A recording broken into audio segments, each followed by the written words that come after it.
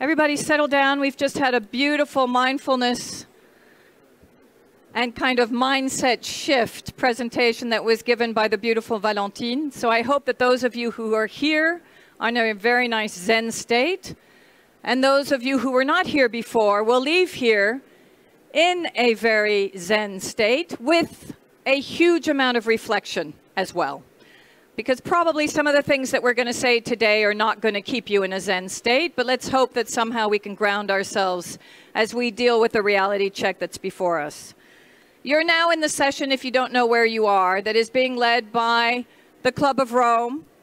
We're talking about transformational economics meets transformational leadership, and I am the co-president of the Club of Rome, and it's a real honor to have you here with me today also, because we have such incredible speakers. And I'd really like to thank them in advance for being here, not necessarily in the blue zone. Let's call this the new blue zone. What we want to talk about is the importance of systems change. It's the importance of understanding that actually, as we celebrate or commiserate the 50th anniversary of the Limits to Growth, which is this year, that we think very clearly as to why an incredible book that was published 50 years ago was not heeded by more decision makers. Why is it that actually those incredible scientists and economists that did the system dynamic modeling in those days, the Donella Meadows and Dennis Meadows team, with all of that incredible thinking, understanding that there were limits to the growing population, if it continued all the way through to this period in time, we would have a series of very clear social and environmental tipping points. And so here we are in 2022, facing some of the greatest challenges of our time: a pandemic, the COVID crisis, the climate crisis, and the conflict crisis that is right on our doorstep, many of us who live in Europe today, but also the conflicts that are happening across the globe, in particular on the African continent. Those 3 C's were not predicted in the scenarios that were indicated through the Limits to Growth, but they were perceived to be possibilities, because that's what scenarios do. They give you different options. The option could have been to stop the continuous growth in the 1970s, to take into consideration the need to understand extractive economies and the shift from an extractive economy into going beyond GDP and the production quotient as the only driver. But that didn't happen in the 70s. It didn't happen in the 80s. It didn't happen in the 90s. The perpetual desire for growth continued. And after many, many publications from the Club of Rome, many thought leadership pieces, and all the incredible science that we've seen from scientists, including the work by Johan and others around the planetary boundaries, here we are today at a COP where we are actually questioning 1.5 degrees. So I'm hoping that this session is a reality check. It's a reminder to all of us that we have the science. We already had most of the evidence 50 years ago. We knew that we had to shift from an extractive economy into a new economic model to actually address the way in which we engage with nature, the way in which we use materials, and the way in which we take into consideration people in our economy. But that did not happen. So it's very important at this moment in time to take a step, to reflect, and to think, okay, what is our responsibility now as we leave Egypt and as we go home? What is our responsibility as we think through what the panelists are going to say today? And how are we going to take that message back with us? Because if we come here or in the UAE for the next COP, and there aren't some serious proposals that come out of this COP, then I would say we are 100% complicit with leaders who are actually in total denial. And we cannot be, because we know the science is there, we know the evidence is there, we know the new economic models are there. So my challenge to you today is let's be part of the future that we want to see. Let's be those transformational leaders. Let's be those transformational thinkers. Let's be those transformational actors. And let's engage in a new economy, which is what we're going to discuss today, which is an economy that is for all. And that is why we published our book, Earth for All, A Survival Guide for Humanity. So I think we have a short video. May I just see a hand if we're ready to actually show the video of Earth for All, A Survival Guide for Humanity. And while that video is playing, I will ask then our next presenters to come up in a little bit so that we can start off, because some of them need to actually go quite quickly. So please. It is a group of scientists, humanists, educators.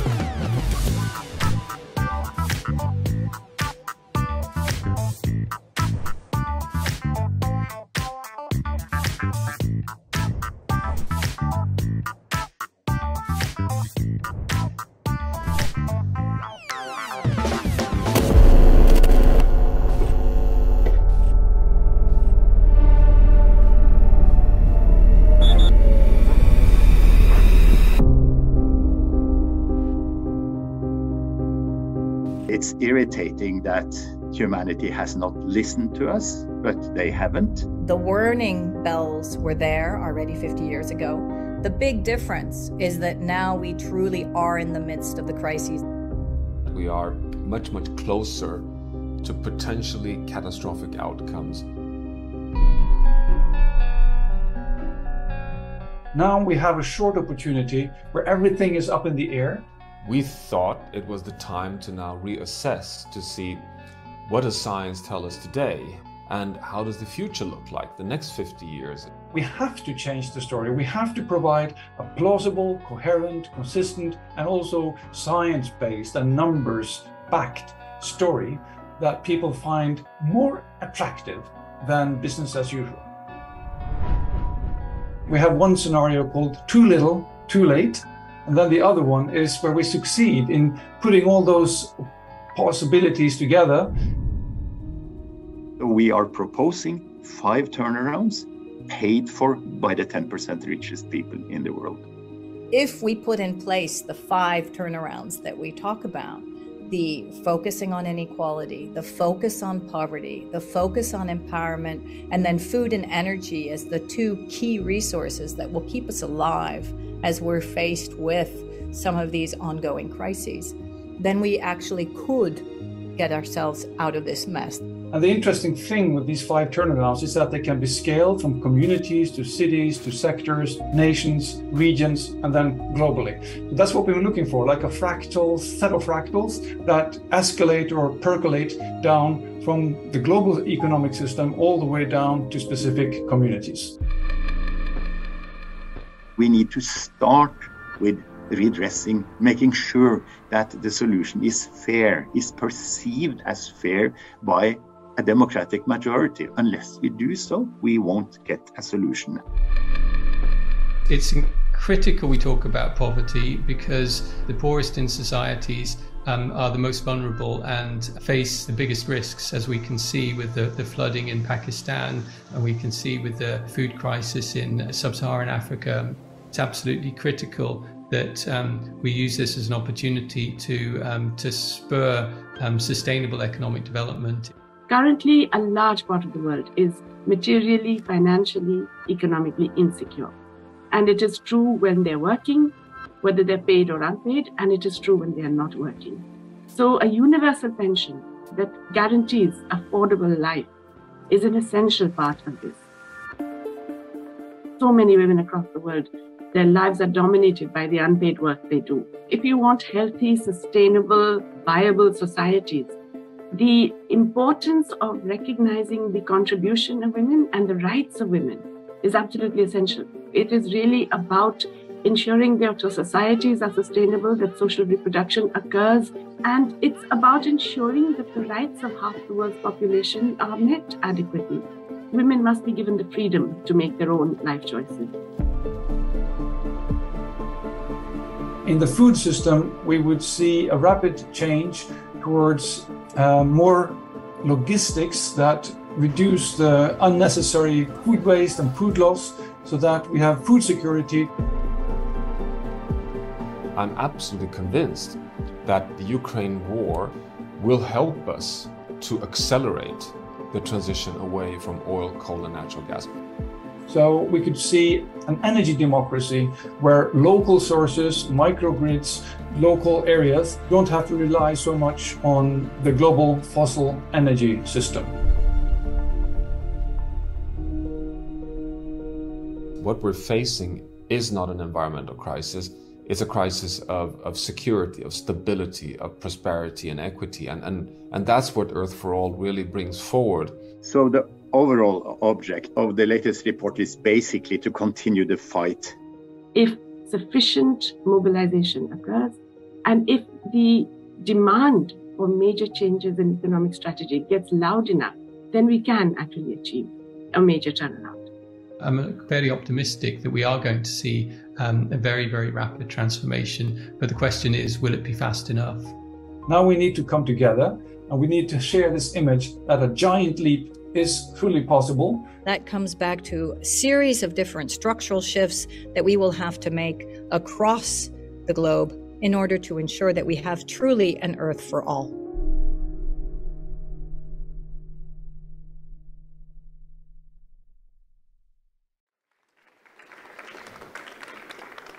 So we finished with "We truly have an Earth for all." And so our tagline, and please do hashtag it, tag it, put it out in your social media. There is no excuse for continuing to blunder along the same path. We know where we need to go. It is time that we all set our compasses in the same direction. It is an Earth for all. And I would like to bring up the next panel, please, to join me. First, starting with Sheila Patel, who is working with slum dwellers around the world. And actually this morning, we launched an incredible initiative together called Roof Over Our Heads. Truly an innovator at all levels of community. So Sheila, thank you for joining us. A real leader in the area of grassroots change. I'd also like to have Johan Rockström. I don't think Johan needs much of an introduction, but if ever any of you don't know who Johan is actually the director, first of all, of the Potsdam Institute, but most well known for the Planetary Boundaries work and the incredible work in climate sciences. So Johan, please, and of course an author with me of Earth for All, a survival guide for humanity. And then I would like to also ask to have Naoko Ishii, who's also a member of the Club of Rome, director of the Center for Global Commons at Earth for All, as well as part of our panel. Naoko, please. And then last but definitely not least is Raisa. Raisa, who has been working with us off and on for quite some time as the Regional Director for Europe and Central Asia, Youth for Nature. We're trying to get everyone's badges off so that they can actually speak properly. Raisa, thank you for joining us. And as always, we believe that the youth voice is not a token voice, but it's part of the vision of change. So Raisa, thank you for joining me. So I'm going to start with you, Sheila, because I know also that you need to go. And you are in particular doing a lot of work for the moment at the Resilience Hub, which is why you need to go. But I would like you to unpack a little bit this relationship that Johan and I and many of us who have been writing have been talking about between the social tipping points and the environmental tipping points. And the work that you're doing, obviously, in net zero, not just carbon, but net zero poverty, net zero pandemics, enhancing and empowering women, and making sure that actually the role of women as real solution providers is recognized. How do we shift our economy to reflect this and the way in which our leaders engage with the economy? Put it up close to your mouth. So, now can you hear me? Okay. So thank you for inviting me in such an illustrious company. I'm very honored to be here with all of you. I work with an organization called Slum Dwellers International, and we work in 33 countries and 200 cities with people who live informally. And we find that we are ignored, we are marginalized, and we are invisible. And therefore, our aspirations, our ability to survive even before the pandemic and now worse off after that and in this extreme climate situation is something that we want to be part of the solution rather than constantly be ignored and left behind. And I think that in many ways, we hope that the solutions we find to our own habitat, for the food we need, for the lives we want our children to lead, will make us critical stakeholders in the transformation that we all aspire to have. We don't want to be invisible. We want people like you to work with us to bring us science, to bring us technology that we now need to look at when we upgrade and build our homes to deal with extreme weather. We need to understand new systems we need to have in the post-COVID period when we have lost our jobs, when there isn't enough food to eat, and where more and more transport in cities is not designed for poor people. It is designed for rich people to move from cars to public transport, making it impossible for us to use this for ourselves. So our important message here is there are already over 1 billion people, at least in the global south, who live in this condition. And we are told that another 1.5 billion will come into cities as climate refugees till you come to the state of the world which we all hope it will be.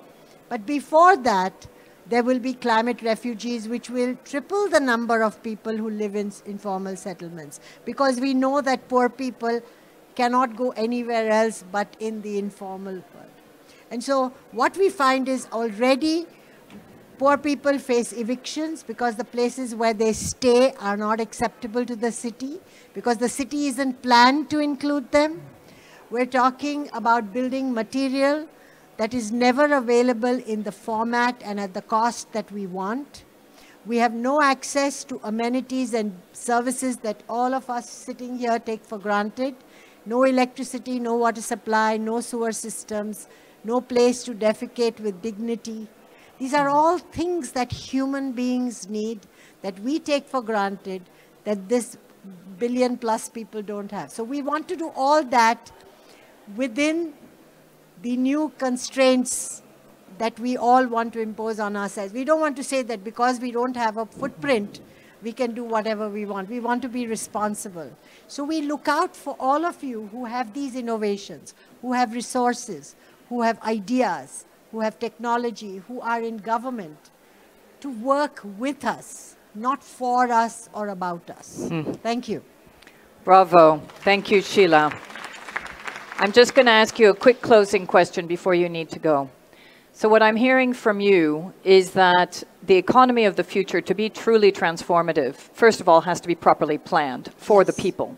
And we know, and Naoko knows as well, having worked also on the financial side, that the over-financialization of our economy has totally forgotten the role of people, planet, and prosperity. For you to be a transformational leader and a new economy, do you feel that then it's a planning issue more than anything else? Or is it a poverty eradication issue? What are the key nuggets that we need to react in right now as we are in this decade of action, both poverty, planning, and? I think the most important thing is inclusion. When you can never plan something if you don't count people. If you don't count everybody who lives in your site, then your planning is half-baked. And today, the world is planning only for 20% of the population on this earth. The rest of us, the indigenous communities, the fisher folk, you look at all the people who service you, we have forgotten them. They are invisible. During COVID, we celebrated them. They said they brought us everything we want. Now we've already forgotten them. Nobody thinks about them. So we want to make a lot of noise about that. And we want everybody to hear, and we want all of you to do that too. Thank you, Sheila. We're not going to sit quietly anymore. No, neither are we. So thank you for that. As I said, at your launch this morning, I think there's a few key points we all need to realize. One is we are all as vulnerable as the most vulnerable link. We think we're not climate refugees. We think we have roofs over our head now. Tomorrow, we could not have all of those things, and therefore absolutely need to also be included. So let's realize that this is about being a collective voice for an Earth for all, exactly as you say. The other is we have to use we have to be and show that our leaders are accountable, and that is fundamental. And then the third is that we need to bring in that care economy, that supposed parallel economy that is so fundamental to our economy. And this is something, Johan, that we talked about so much around the social tipping points, the fact that it is the care economy, what is most essential in our economy, that actually needs to be brought to the forefront and given a place as a fundamental part of the economy. And not just left aside because it's not monetized. Exactly. Exactly. So thank you very much for all that you do. And you are now liberated to go back to your other panel. Thank you. So much. Thank you. So I'm now going to turn to you, Johan, and to reflect a little bit on what Sheila has just said. But also in the video, you clearly mentioned that we're now not only facing an environmental crisis, but we're actually facing a crisis of security, a crisis of stability, prosperity, and equity. So can you reflect a little bit on that link between climate and poverty and the discussions we've been having also on biodiversity? What are the feedback loops? How do we ensure that we do truly show leadership in these areas? Yeah, thanks, André. And let me start by just giving all my full-hearted support to Sheila and her call for dignity and respect to all indigenous communities in the world. And just to say that I think we have very strong evidence that we have to go even beyond her call for noise and listening to the voices from below, because we are now at risk of destabilizing all life support systems on Earth. We are actually at risk of destabilizing the entire planet, which means that in my mind, and I think it's fair to say, Sandrine, in our mind, in the Earth for All, the ultimate definition of justice today is actually to hand over a livable planet to all human beings currently on planet Earth, but also in the future on planet Earth. So there is much more than just listening to communities from below. We need some really hard, really rapid transitions from above as well, and put leaders in the world accountable for their decisions. So there is something at the planetary scale that we today have to consider. But then coming to your question on the multiple pressures we're under, I'd like to just point you to New York Times today, where I'm publishing together with Tad Homer-Dixon, professor in Canada, a paper, an article, putting forward the risk that we're moving towards what we call a polycrisis. That just as we point out in the Earth for All, that we have multiple parallel crises at the same time interacting. The pandemic, the geopolitics, the ecological crisis, the climate crisis, the crisis of poverty and inequity. And this is a cocktail that can take us to points of no return with regards to instability of societies at large regions, that will start to really tip over into potentially unmanageable trajectories. And I think, Sandrine, your point about us all being in this together is really fundamental. And this is an enormously frustrating part of this whole negotiations here in Sharm el-Sheikh, that we're still handling this as a north-south divide. As we are causing it in the north, impacting the south, as if the rich countries are not impacted and having responsibility to not only be a predominant part of solving the enormous crisis we're in, but also to recognize that, for example, as one piece of statistics that is generally just put aside, that the ground zero today on planet Earth, where actually the environmental conditions for life is changing fastest, is in Europe. Can you imagine that the frequency of heat waves, the frequency of extreme droughts, the whole temperature rise is occurring twice as fast in that rich part of the world? The only reason why it's not hitting so hard is that there's so much money around that these are societies that can sort of say buy their way out, at least on the short term. But I think we need to call that out very clearly in the way we address the scientific narrative on the risks we're facing. And then just finally to say that if we're talking about transformation and acceleration and scaling a transition towards a safe and just future for humanity on Earth, remember that that is not utopia and it's not theory. The Earth for All is a survival guide which is much more than just academics getting together to put something on paper. We have some real tools in that toolbox. Get rid of the $4 trillion of subsidies to fossil fuels and do it now. Get a moratorium on all investments in new fossil fuel infrastructure and do it now. Put a global price on carbon and do it now, and handle that in a way that feeds back into investing in dignity and equity and empowerment. You know how much money we generate already today through carbon pricing in the 35 countries that have a carbon price? $84 billion per year. That's quite good. Quite a good, you know, revenue stream. So if you have transparent governance, if you have functional societies and institutions, you can actually reinvest that into building the transformation that the Earth for All is proposing. So I would also argue that Sandrine is right, that this is not only a call for action, it's a call for realism and it's a call for implementation. Thanks, Johan. And you know what does drive me around the bend is exactly what you've just said. Not only do we have the tools in the toolbox, which we have shown through Earth for All, we've done the system dynamic modeling, we've stress tested it with economists and thought leaders from across the globe, but on top of it, a lot of it is not brain science.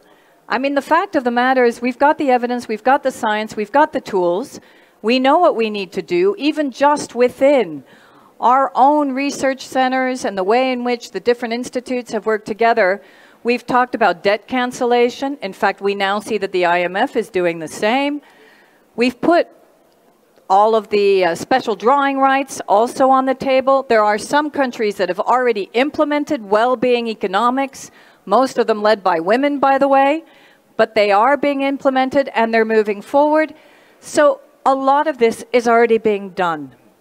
And this is why I want to turn now to you also, Naoko, because I think this is really the frustration. As Johan says, it is not going to cost as much upfront than we think, but it'll cost us a lot more if we don't act now. 2 to 3% GDP per annum is what we costed these 5 turnarounds to be.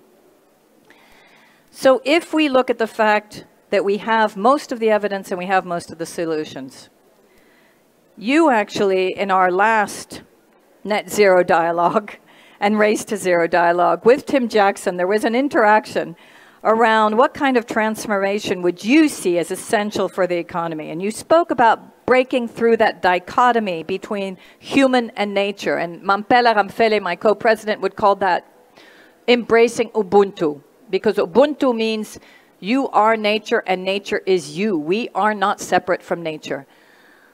Where are we now in some of those discussions? And put the microphone straight up. Yeah. Thank you, Sandrine. Hello? Okay. Perfect.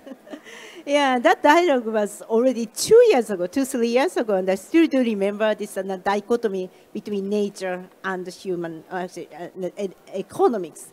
So the reason I mentioned that is that the current economic system is in collision with natural or planetary Earth system. And the problem is that we have a scientific evidence. We have this hard stop of 1.5 degree. And without that, our future, particularly that the intergenerational justice, will not be met. So it's extremely important for us to how to transform our current economic system so that not only us, but also the future generation can really live within the planetary boundaries in a much more in harmony. What's wrong with the current economic system is that, already mentioned by previous speakers, our system doesn't really value that nature or the society or the community and there's an cohesion we used to have. So how we can really incorporate those value of the natural capital, maybe capital is a bad word, but nature, but also society and the human cohesion.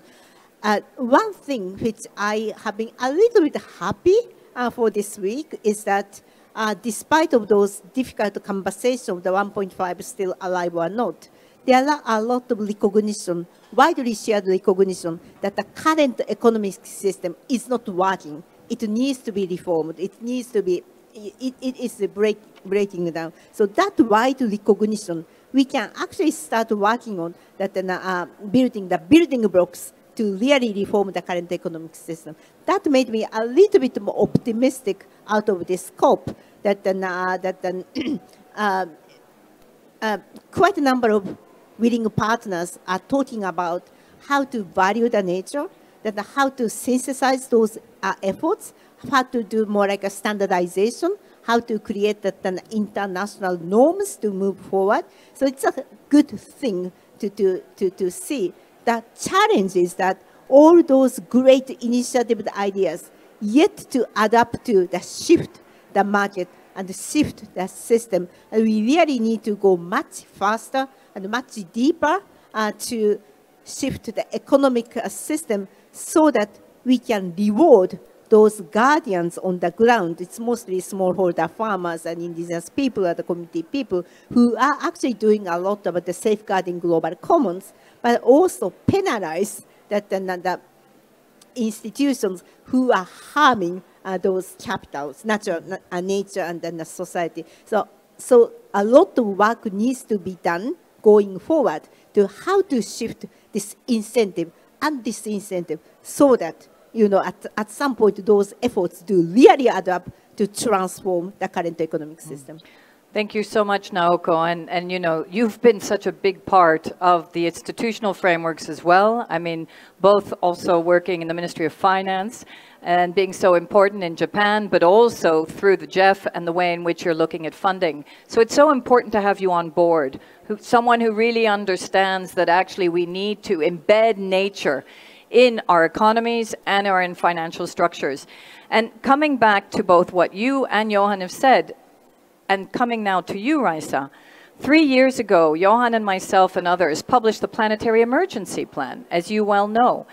And within that, Johan was insistent, and I remember this conversation, to put in language that shows the feedback loops between biodiversity and climate change. Now, we're going into a CBD COP, and we're not seeing those feedback loops between the negotiators, between the negotiations, and between the policy, which is absolutely ridiculous because they're completely interdependent. And this was 3 years ago. It was also at a time when a very young, Swedish, short woman, young woman, came out and started screaming at all of us in a very calm but insistent voice that we were not listening, and that was Greta. We published our Planetary Emergency Plan and started talking about the planetary emergency 1 month before Greta hit the road. And I think probably Johan influenced that a little bit.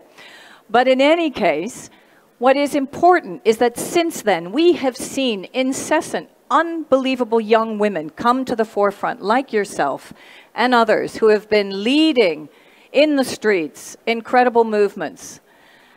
And the Youth for Nature and the Youth for Climate has been phenomenal. But I want you to reflect a little bit as to how do you come here now and feel, also having been with us last year, do you see progress?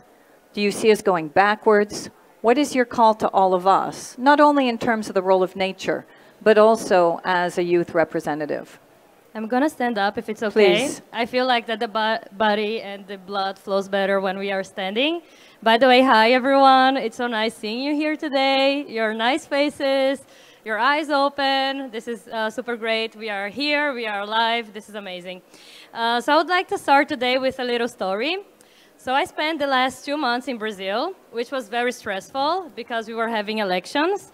So hot tip for you, don't go to a country when the elections are happening, because it can be very stressful for you.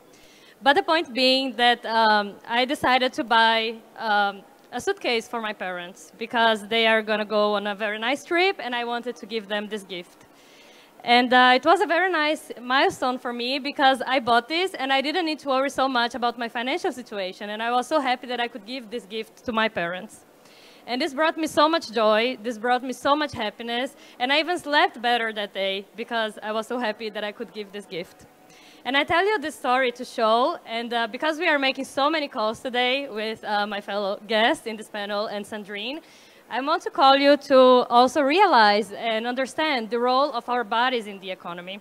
So that I call for an embodied solution, and I call for an embodied experience of our economic transformation. The current economic system is everywhere. It's how we live, it's how many of us are surviving, it determines our rest cycles, it determines the clothes we are wearing, it determines the food we eat, the food we find tasty, the things we like doing. It's in our blood, it's in microplastics going all around our bodies. It's basically going everywhere in our psychology, and even in my voice, in my tone of voice, the fact that I'm speaking in English to all of you now today. So the economic system is embodied in us. And it's also because we are nature, and drawing back from what you were just saying, this embodiment, or the fact that we are embodied, also embodies in nature in that sense that the atmosphere has tons of CO2 nowadays, and this is also a consequence of the capitalist system. So, by the way, my name is Raiza, like Sandrine just introduced you. I represent here Youth for Nature, which is an organization mobilizing youth for nature and climate solutions, so bridging these links between biodiversity and climate that you were talking so well. And one of our main roles is to empower young people to be meaningful parts of the economy. I'm sorry, I feel like I'm taking the microphone out of my mouth. Yes, and some things about me personally, because it's always nice to get to know your speakers also on a personal level. I consume a lot of mass media. I love dogs, I love cats, I love animals in general, and I also love cooking vegan food. So today, when I'm talking about the embodied nature of our economic system, I'm calling you to also see the embodied nature of the solutions that we are proposing today. So the Earth for All framework zooms out and brings these systemic aspects that are very important. So some of the tools that you mentioned are erasing debt for low-income countries. We also talk about progressive taxation and education for girls and women. And it's very important that we also recognize the role of storytelling, of arts, of knowledge sharing, of capacity building in this economic changing. Because when we use art and when we use storytelling, we are essentially bringing back, and we are essentially thinking, and we are essentially changing with our bodies the economic system. And this is what I expect to do with you today, and this is the journey that I invite you to reflect. I know it can be very scary because we don't know how it's going to feel like when we are eating different food, or when we are having different types of relationships with our community members, and when we are living in this world, shared world, in a different way. But I invite you to brace this fear and come with me and come with us for this journey, with our bodies, with our flesh, with nature, bringing all of this at the center of the discussion. Thank you, Raiza. So we are embodied nature, and it's true, our economies are embodied. And as we now move into the next session, I'd like to ask all of you a question, actually, for reflection. What for you, then, taking into consideration what we've just said, are exciting examples of systemic shifts already underway that you have come across during COP? And I think many of us have gone to some incredible sessions. In fact, in one of the last sessions I was in, there seems to be a real dichotomy between all of the sessions that are in the blue zone and the negotiations. Because we hear so many incredible solutions, but not only do we hear the embodiment of the solutions, we also hear the embodiment of the pain. And the fact that the pain has allowed us to arise and to truly find ways to do things differently. And yet there seems to be no pain in the negotiations. No one's ready to actually figure out how we rise from this pain. Instead, they're using the pain as an excuse not to go forward. And we know that it's actually total short-termism and mostly about profit for only a few, not for many. So can I ask, and I don't know, Laura, if you're here, if we do have the question of the Mentimeter. Yes, so share excitings. If you could quickly go into, and if you go back, I think we need to, there we go. So use the QR code. Does everybody have the QR code? Can you go into the Mentimeter quickly and give some quick, exciting examples that you've come across at COP? And as we do that, maybe some could shout some out. Any thoughts? As you're writing, why not express them? Who wants a microphone? There we go. Perfect. Thank you. Don't introduce yourself. Just shout it out, because it'll take too much time. I'm sorry. No, it's not working.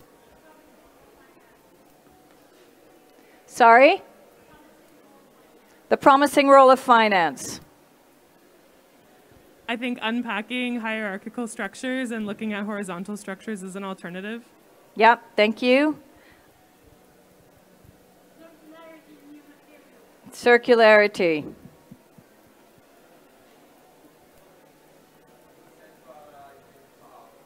Decentralizing COP? Let's just talk about decentralization overall. And regionalizing COP framework. Okay. Yeah. Yeah. More women in leadership. Disinvestment. Inclusion of developing world voices. I hope you're also putting this in the Mentimeter, by the way. Sorry? Yeah. Showcasing efforts and data. Any others that we haven't heard? What about frontline communities? Putting them at the front line, making sure that they're actually empowered, as well as the indigenous people. Okay, I don't know if we already have some data on our Mentimeter. Can we show something, Laura?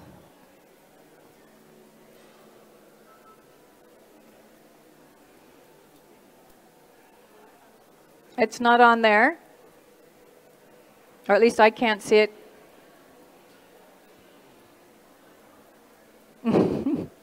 Okay, keep on going, guys. Come on, this needs to be interactive, yeah? The Youth Pavilion, I agree. If you haven't been to the Youth Pavilion, go to the Youth Pavilion. The role of youth. I mean, when we actually did several of our outreach events during the COVID time, working and discussing with youth, it was unbelievable to find that those that were on the front line in conflict zones and in COVID zones, making sure that people had access to food, to water, were youth and women. And yet they are the least empowered in our societies. Forest protection.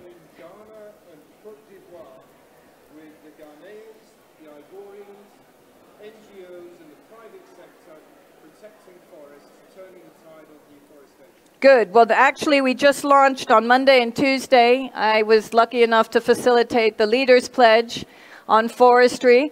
And we have a new partnership, and actually Ghana and the United States are leading that partnership. There will be 6 working groups. They have done an unbelievable job in not only putting out pledges, but actually translating that into action on the ground in the last year. And for Indigenous people, 1.7 billion was promised, and 20% have already been given over the last year and will continue to be given. But we need to hold leaders accountable to translate those pledges into action. Okay, so I think we started to see some figures, Laura. I'm just going to say that and my microphone has gone. Thank you. Oh, it's come back. Wonderful. So I've lost my glasses, people, so you're going to have to help me because I can't see very well. What's that saying? And I'm looking up here, there's nothing. There's nothing, right? I'm not blind. See, I can see. I can see. Yeah. Give me another one. All right, so here in Egypt, on the turn the tide on plastic pollution. Yes, turning the tide on plastics. So there's an initiative called the Dorna Initiative. The Dorna Initiative, it brings structure to the informal waste pickers. Yes. And in doing this, what it means is that the women that are doing the work get the payments directly. So it's not cash payments to men, it's direct payments to women who are doing the work. The Dorna Initiative actually brings, it kind of makes it work for the people that are doing it and makes it work for the country. So this has only been going for like 2 years. I mean, it's my company's involved with this, and I only found out about it today. But my word, it's just amazing to see. And your company's involved with it. Well, you got to get with the picture, my friend. Well, I know. I work for Nestle, and there's an awful lot going on. We have to keep abreast of all of this stuff. But well, bravo. we've got a great team here. So that's very good. And actually, you know what? That initiative was started in Morocco, where actually the Minister of Environment at the time, an amazing woman, put in place, working with all of the waste pickers, gave them a basket, made them part of the economy, gave them actually jobs, and ensured that not only the system got amplified, scaled up, but they all became not a part of the informal economy, but a part of the existing economy. And we need to stop with this informal, formal economy because it is absolutely not reflective. Absolutely. It's work that should be rewarded. I don't think our Mentimeter is working, or is it? Ah, Sophie, please tell us, enlighten us. It's manual. It's manual. So we have a vibrating child and youth pavilion, more inclusion of developing world frontline voices, joint leadership of COP, male and female, creating a compendium of data on the ground efforts in the global south, decentralizing COP via COP-X. Yep. Endorsement of knowledge in corporates, just energy transition partnerships, circular economy emphasize, and people can then vote on those suggestions. Okay, fabulous. Well, listen, we've heard all those different suggestions. It's interesting that we heard about business knowledge. I would just like to say knowledge full stop, and in particular make sure we recognize indigenous knowledge, community knowledge, local knowledge, so that we don't think that knowledge is just the knowledge of a certain part of society, but actually, in particular, those that are where they are and know exactly what needs to happen in their communities, because they're the ones who have been confronted with change. Yes? Yeah. And compensating Indigenous stewards for all the work they've been doing all these years, and finally giving them the resources to do that. Absolutely, and in fact, during the leaders' discussions on forestry, what many of the African leaders said, and also Hindu, who's a good friend of many of us, said, she reminded us once again, this is about partnership. We are not victims. We actually don't want to be victimized. We know we have the solutions. And therefore, we need to be brought into partnerships. Any aid must be aid that is worked through, co-designed with those that are on the ground, so we can actually really embrace that decentralized system. Okay, I think that we have gone through our new way of doing the Mentimeter, which was very interactive. I hope you agree. And we will now move on to our next session. But before we do that, a round of applause for our incredible panelists.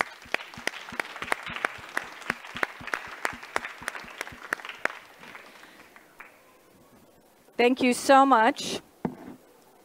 As we move into the next session, I want to bring in also some of the work that we've been doing, which I'm incredibly proud of at the European level, and trying to adapt some of that work at the international level. And that's called the Compass, the Systems Change Compass, which puts in place 10 key principles in order to transform our systems from a value lens and to come back to what is truly most essential. And we're going to have a very short video explaining the International Systems Change Compass, because what we did with Systemic and also with the Club of Rome, in particular my partner in crime, Janusz Potocznik, who was the former Commissioner of Research and Innovation and the former Commissioner of Environment, was to think through, okay, we have this incredible vision at the European level. It's called the European Green Deal. We're not as far as we need to be. We need to absolutely move into implementation. And to do that, we need to think through what then are the 10 key principles at a European level. But if we go ahead and apply the European Green Deal, what then are the impacts internationally? What does that look like in terms of trade? What does that look like in terms of material flows? What does that look like in terms of enhancing conflict? What does that look like in terms of continuing colonial behavior? Because what our African friends will tell us today, and they're absolutely right, on the one hand, you're saying we want to decarbonize the European economy, and oops, we made a big problem with Russia. We got dependent, total unholy alliance. We never should have done that. Robin, who's here and used to work with me at ECF, 10 years ago, we put forward a package on environment, climate, and energy that said, we can wean ourselves off gas, people, and in particular Russia, if we just put in place the buildings directives at the European level. Did anybody listen? Did anyone put actually energy efficiency at the forefront? Because we know that the best fuel is the fuel you don't use. But that didn't happen. So here we are now in a dependency cycle and actually pushing now our brothers and sisters in Africa to start mining more coal to send it back to Europe because we now have a dependency problem on Russia.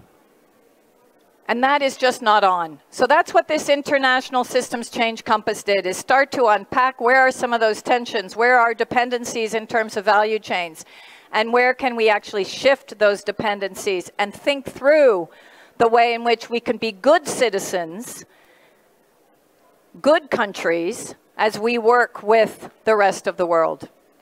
So I would like to show this video of the International System Change Compass, and I think that Janusz will also be in that video. Is the video ready, Laura? Natural resources, and by that in the International Resource Panel we mean biomass, metals, non-metallic materials, and fossil fuels. So all mentioned are called materials and are extracted from the earth, as well as water and land, provide a foundation for the goods, for services and infrastructure that make up our current socioeconomic systems. Access to, use, and the benefits from natural resources have been in the human history always closely related to the level of achieved well-being, but also to stability, security, conflicts, wars. Just think about land, water, oil and gas, minerals, precious metals, and I could continue. Resource consumption is highly unequal. Measured in material footprints, high-income countries are per capita consuming 13 times more than low-income countries and are even increasing their resource import dependence. High-income regions like the European Union and North America have literally built their prosperity by using resources that have been imported from other parts of the world. From country data analysis, the resource consumption that we see in the high-income regions is already unsustainable today, since they belong to those countries overshooting planetary boundaries most and clearly living out of the safe operating space. It is also obvious that other regions will never be able to consume resources like the high-income countries do today in their take, make, dispose model of consumption, which is clearly unfair.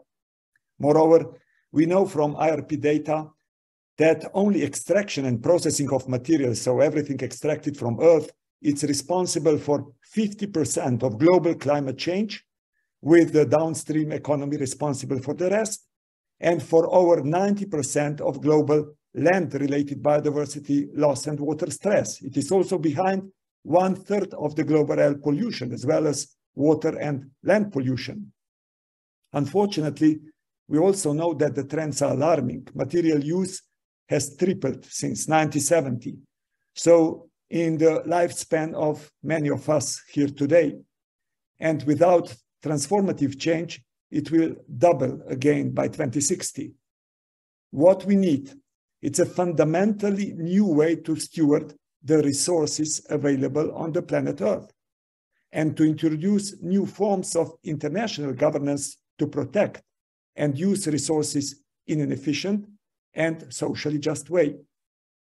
Standards and behavioral patterns linked to the current economic model were set by high-income countries, and as mentioned, the benefits of natural resource over-exploitation substantially contributed to our well-being today. Thus, we are ethically bound to show the world that we are willing and able to change the reality created and to lead the essential transition at home and globally. While the responsibility for the past is clear, responsibility for the future is, of course, joint and common. In the recent contribution for this COP titled Making Climate Targets Achievable, with the IRP co-chair Isabella Teixeira, we have identified 4 critical system shifts needed. First, redefine value. Measure economic success by how the economy is actually meeting human needs. Second, redefine sectors as systems.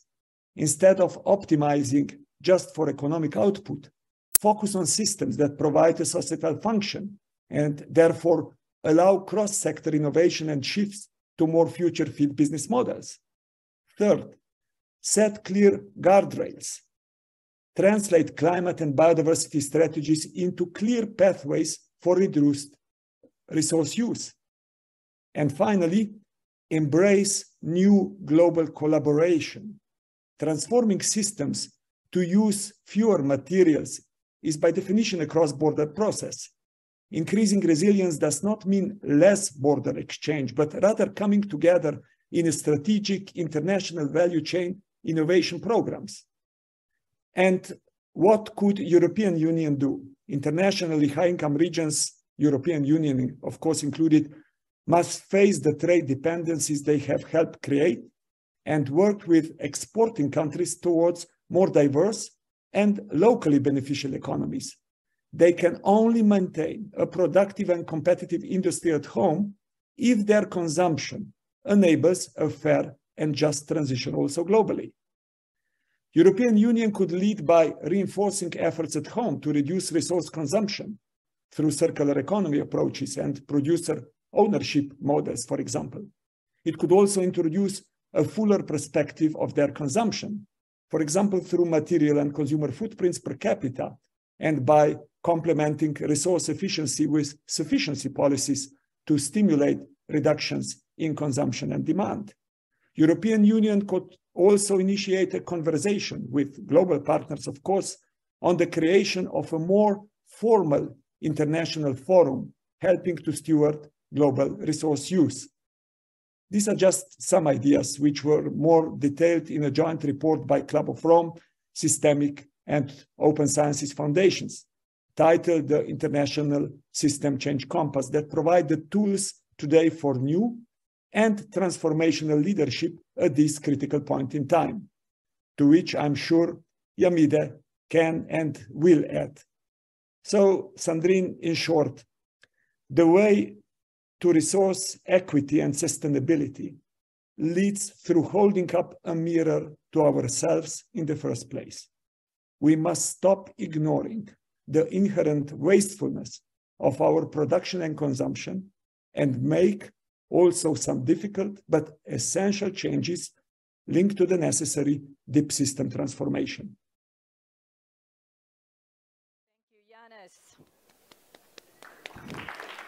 Unfortunately, Yanis couldn't be with us today, and actually we even couldn't bring him in directly because there was no possibility to do that, so we had to do this video. But I would like us now, as we open into this next session that is so important, to hold with us 2 key messages from Yanis. One is everything he has said was in the limits to growth. That's how I started this conversation. Let's remember that that was already 50 years ago. We have to shift from an extractive economy. We need to take into consideration materials. We need to think through our impact. And we need to, as he said so clearly, hold a mirror to ourselves. The high-income countries that are creating this instability, that are putting in place the perverse enabling factors that keep those in low-income countries poor and don't enable them to thrive, not just survive. We are responsible for the future, so clearly said by Yanis, but do we know that we're responsible for the future, even if we admit that we're responsible for the past? That's the question that we'll bring into now this incredible panel. And on Gender Day, I am so proud that I'm going to be joined by some incredible women on an all-women's panel. All women who are change leaders and game changers in their own right. So I'm going to start off by introducing actually Zakia Katabi, Minister for Climate and Environment, Sustainable Development and Green Deal for the Kingdom of Belgium, my home, and I'm very proud that we have such an incredible woman as our minister. I would then like to introduce Yami Danier, who is mentioned actually by Janusz, who's been an absolute keen supporter of the work that we've been doing at OSF, and who is here as the Global Director for Climate Justice of the Open Society Foundation. Yamid, please. Oh, if you could just sit right there. Thank you, Yamid. Good to see you. We will be joined by Yasmin Fouad, the Minister of Environment of Egypt, but she, for the moment, is held up somewhere else, but she will be coming. But then, last but not least, two incredible women, Vanessa Terschluss, Chief Editor of Club of Rome's 50% Network, our youth network that we're very proud of. Let's not forget, more than 50% of the globe are women, more than 50% of the globe are youth as well. Very important point. And then Runa Khan, the founder and director of Friendship, and I'm so proud to be on her advisory board, who is doing incredible work across the globe in ensuring, just like Sheila, that those that are on the front lines, community workers, and all those also that are really looking at new solutions are actually part of the solution. So I'm going to start with you, actually, Zakia. Last year during COP26, you spoke about the importance of shifting towards a circular, regenerative economic models. In Belgium, we know that there is now the donut economy that is being introduced in Brussels. And we've seen other very keen new initiatives coming from Wallonia by pledging, for example, its support for loss and damage. What for you are the three key priorities in order to accelerate this transformation that we need? Thank you. Is it on? Is it? Yeah, it's okay. No, I think it's okay. Yes, yeah, okay. It is. Thank you, Sandrine. It's really an honor for me to be here, but it's also very strange. And if you allow me, I will begin with a personal confession. And I must confess that I'm very, well, let's say, uncomfortable. And it's because as a green activist, as intersectional feminist, I should have said each word you say in your introducing words. But as minister, I'm really ashamed when I see how far we are from the transformation we need. And in French, we speak about dissonance cognitive. I don't know how do you say it in English? Cognitive dissonance. Yeah. And it's my new way of life from the beginning of my mandate. Really. But it's really a pleasure for me to be here because it's important for us, for me as minister, to stay in touch, to keep in touch with the activists, not only activists, but with people who are in front of the struggle and who, you mentioned it earlier, you said that it's a long time ago that you put on the public table a number of statements who were warning us of what will happen if we don't take some measures. And here we are, no one, well, I think that there were a lot of people who were listening to you, but after that, when each of us go back to our countries, we forget it. So yeah, well, I will deal with this dissonance cognitive, but I'm very happy to be here today. And let me also express you, Sandrine, it's the first time that I have the opportunity to express you my appreciation to you, but also to your co-president, for your leadership of Club of Rome. Standing on the shoulders of your predecessor, you continue to think out of the box, and by showing us other pathways, leaving the current mainstream avenues that are leading towards more and more crisis. And yeah, I think that... Thank you. So thank you very much for that. And imagine a decent future for our children and for our grandchildren following other pathways is as well the driving force of my policy making. And to answer to your question, I think it begins by a governance issue. There is a huge need to go out from the silo approach. There is a huge need for systemic governance to make sure that decision we take, that measure we take, don't have bad effects on other policies, but also on other people. And as maybe, yeah, you mentioned it, I'm Minister for Climate, Environment, but also for Sustainable Development. And I use the SDGs as compass for the policies of my government. And so for the first time, also for the climate policy, I've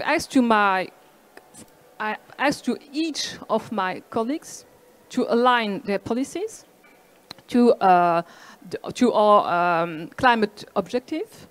So we work with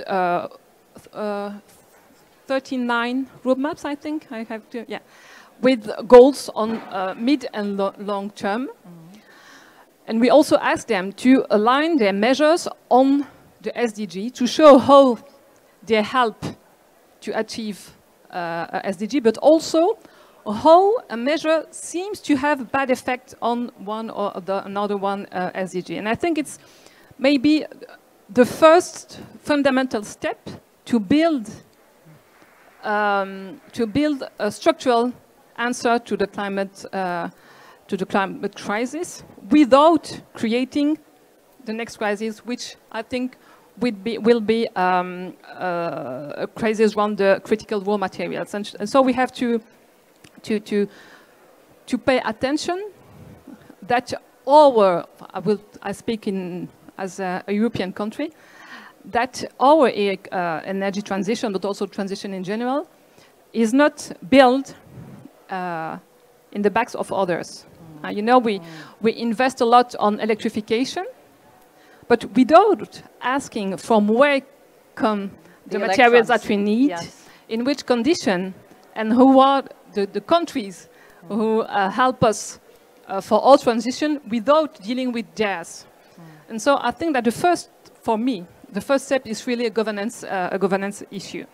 Well, that said, when focusing on a carbon neutral, environmentally sustainable, toxic-free and fully circular economy by 2050, the European Union should articulate how it will continue to show solidarity with its partner countries in the global south. Within that context, I would like to make a couple of remarks for which I use the different elements in the title of this panel. So ensuring a just global transition means to me complying with the EU's and by extension with the OECD's international engagement when it comes to official development assistance and the additional international climate financing. Preventing negative international spillovers requires a coherent approach of due diligence along the value chains so that we get the ecological and social costs internalized in the price of our goods and services. Opportunities to rethink international collaboration is a more difficult aspect of this debate. When it comes to the multilateral context, we are still dealing with the heritage of World War II, efforts to change composition and voting systems in UN and in Bretton Woods institutions haven't led to modification. Neither are the efforts to uplift the importance of UNEP, UNHCR, etc. Rethinking governance models, in my mind, it is linked to the principle of subsidiarity. A governance model should be adapted in function of the most appropriate level of policy making, depending on the nature of the challenge. And last but not least, transformational leadership. I have two comments to make as an input for the discussion. First, Professor Jan Rotmans from the Netherlands writes about transformational leadership in his latest book, the following: the system crisis is a moral crisis and is about leadership, focused on authenticity, vulnerability, connection, and humility. And second, a 50-50 woman-man leadership in a country, an organization, a company, wouldn't it be, in any case, transformational? And I want to conclude how I started with a confession. I love Tamara more than Tina. While Tina stands for there are no alternatives, the mantra of the current mainstream politics, Tamara stands for there are many and real alternatives. Thank you for your attention. Nice, on Gender Day. Absolutely. So let's adopt Tamara politics rather than Tina politics. I love it. Thank you so much, Zakia. And I think you bring up a very good point around governance, and we haven't spoken about governance enough. You also brought forward the Bretton Woods. I mean, we are actually working on beyond Bretton Woods and new governance structures around the institutions. But also in Earth for All, we highlight the importance of democracy and how much we have to hold democracy true, and the importance also of citizen engagement within that democracy, setting up citizen assemblies as we will be doing throughout the world. And that's kind of why I want to come to you, actually, because, my dear Yamid, OSF was set up to ensure that democracy continues to thrive. And you have been an incredibly generous partner in our systems compass, in particular in bringing forward that international lens. How do you see the need for international collaboration to really shift? And taking into consideration what we heard also, that kind of post-colonial thinking, where are the leverage points? What do we need to look at in terms of creating a just, green, and social economy? Thank you very much, and it's an honor to be here with you. And thanks indeed, Sandrine, for your leadership and for enabling for a discussion that can be very provocative and to get us out of our comfort zone.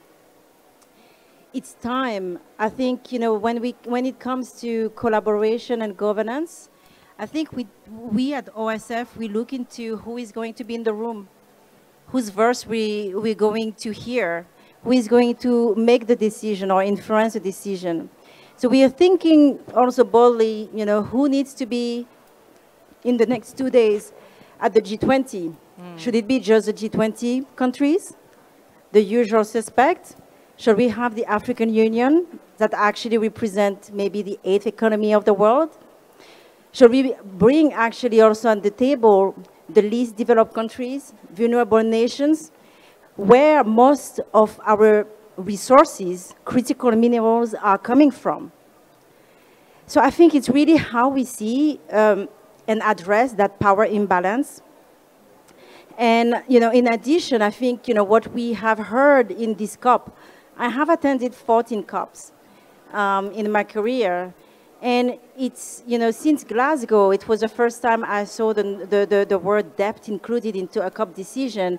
And here at this COP, we heard a lot about, a Bridgetown agenda, talking about fiscal space, talking about issues that generally only happen at the IMF, on the margin of the IMF World Bank, or among the most powerful people. And here, everybody, including the youth, participating in the debate of the Bridgetown agenda, which is really a trigger. It's not as if, you know, everything in there is going to be agreed upon, but it provoked the discussions about, you know, the reform of the Bretton Woods, you know, system, because it has been set up after the World War, the Second World War, and things have changed, and we know that the system is not fit for purpose. It's been built upon, you know, from the lens of extractivism, and set up, you know, processes that unfortunately perpetuate, you know, what countries think are indebtedness. And this is linked to the conversation that we have about also loss and damage, which is about mobilizing and accessing support for, you know, damages, both economic and non-economic, some that we cannot even cost, you know, that do not, with funding mechanisms that actually do not exist yet. And the question is whether what we have is going to be reformed quickly enough to enable those transfer and this funding to really give birth, Or do we need actually to fill the gap and create more effective institutions to make this happen? This is a debate. And, we need to make sure that, we approach those issues with consistency. I think you alluded to the fact that we need to change our consumption pattern. And, what we've seen since the Russian war in Ukraine is very much, one group of countries saying, yes, you need to decarbonize. Don't use fossil fuel. Don't use oil and gas. But hey, I need it for security reason, for my own consumption. Oh, but I told you that I needed my reserve, what is on the ground, to develop. So what is more important, security, development? We are having those trade-offs, those tensions that very often happen within our own government and that really are exposed between countries. And that has created the lowest level of trust that we see in a COP, actually.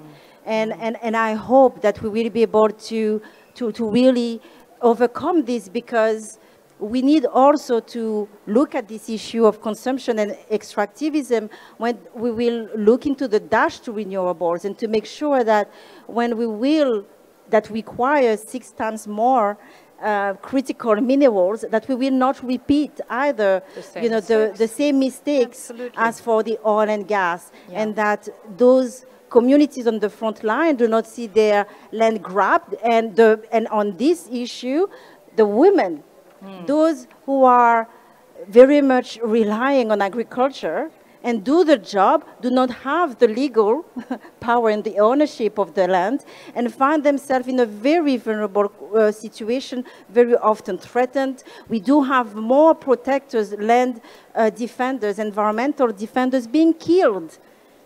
So we need to be really, to really looking at, how we bring the values. I think this is, he mentioned, this earlier, how do we see differently, some of those values? So I will stop there because I want to hear my colleagues, but I think it's really the change of mindset, the understanding that, we cannot look at issues in a very holistic manner, and to really have the required consistency, avoid double standards, and create the leadership space, to have the voices that have not been usually at the table to co-design. Yes. And I'm so happy that we have engaged, Sandrine, in how to make sure that this journey with the system compass continues by bringing also more perspectives on how this could have been put together, coming from the other side, from our counterparts from the Global South. Thank you. Thank you so much, Yamid. I really appreciate that.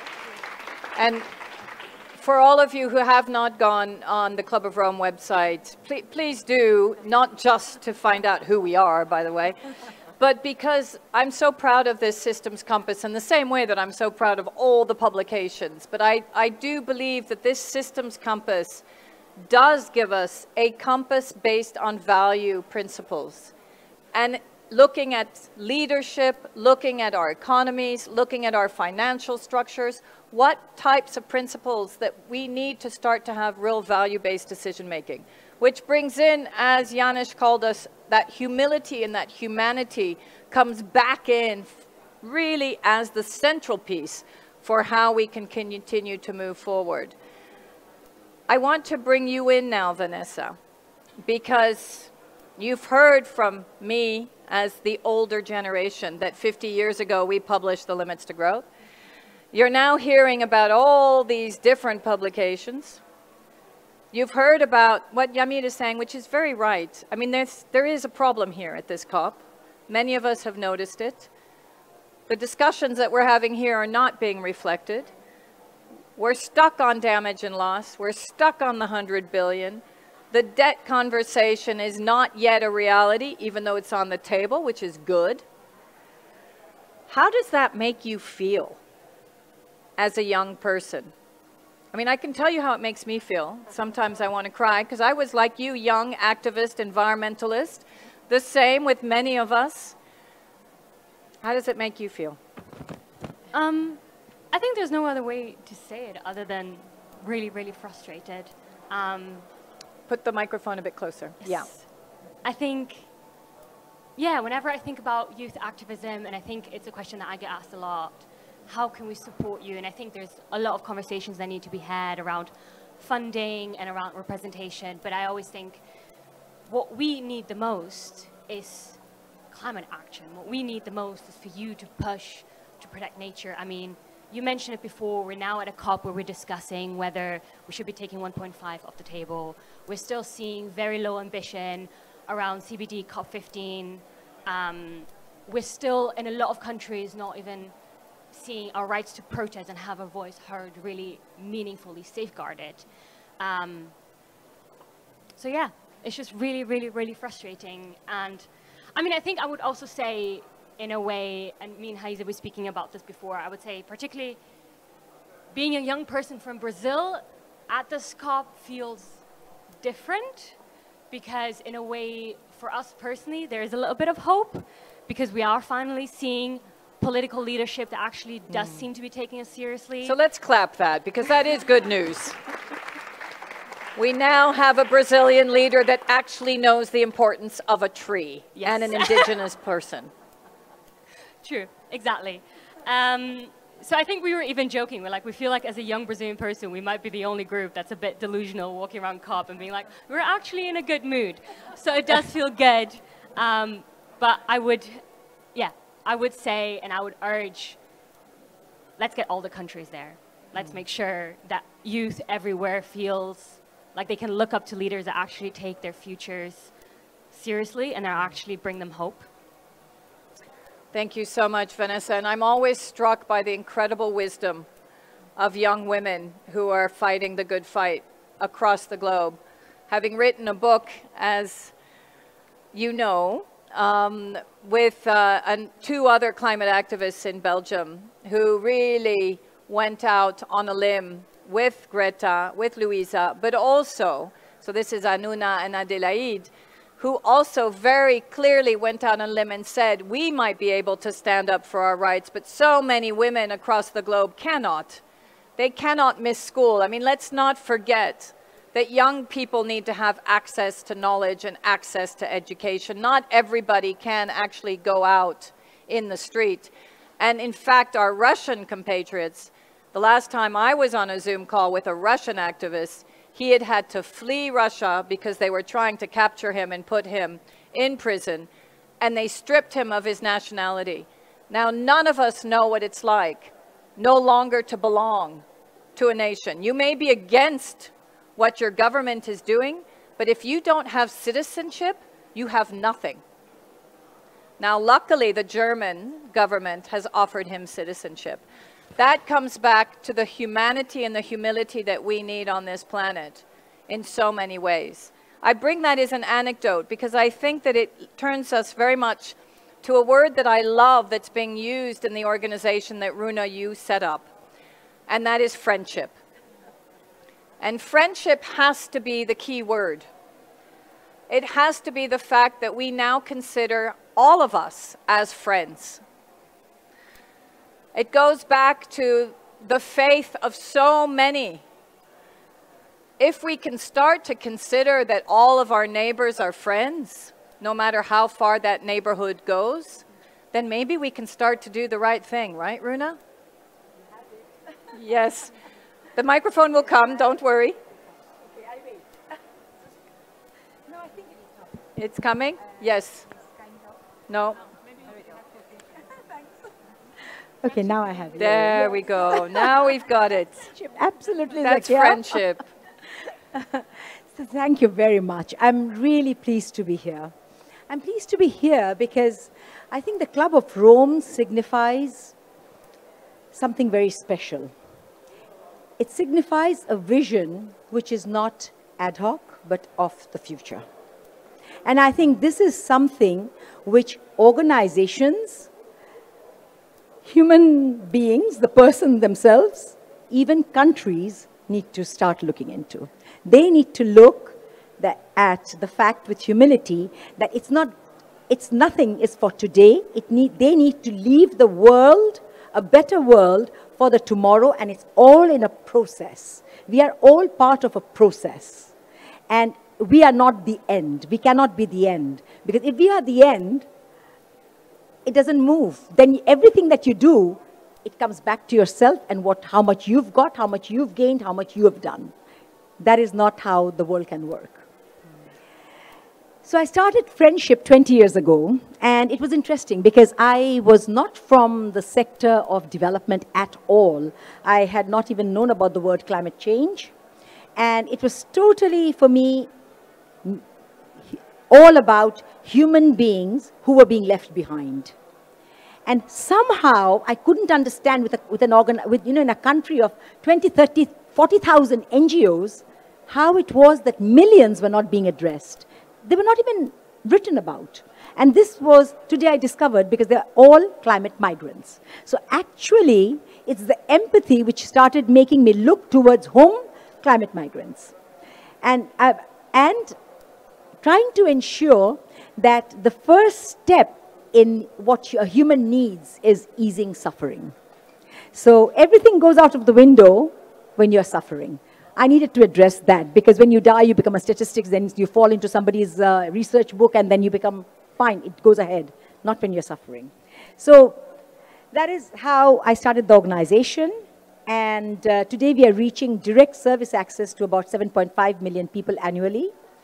And when I started, not knowing anything about development, this is where I think what I would today call a vision which somehow has remained as strong as the day I started, which is I understood that the system in which things were working was somehow not going right.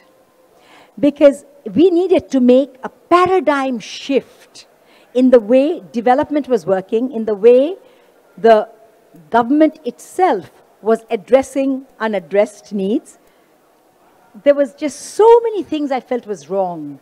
In the way organizations were coming in from the first world, the dichotomy of the relationship of North and South. 20 years ago, no one even spoke about localization, but this is what we did.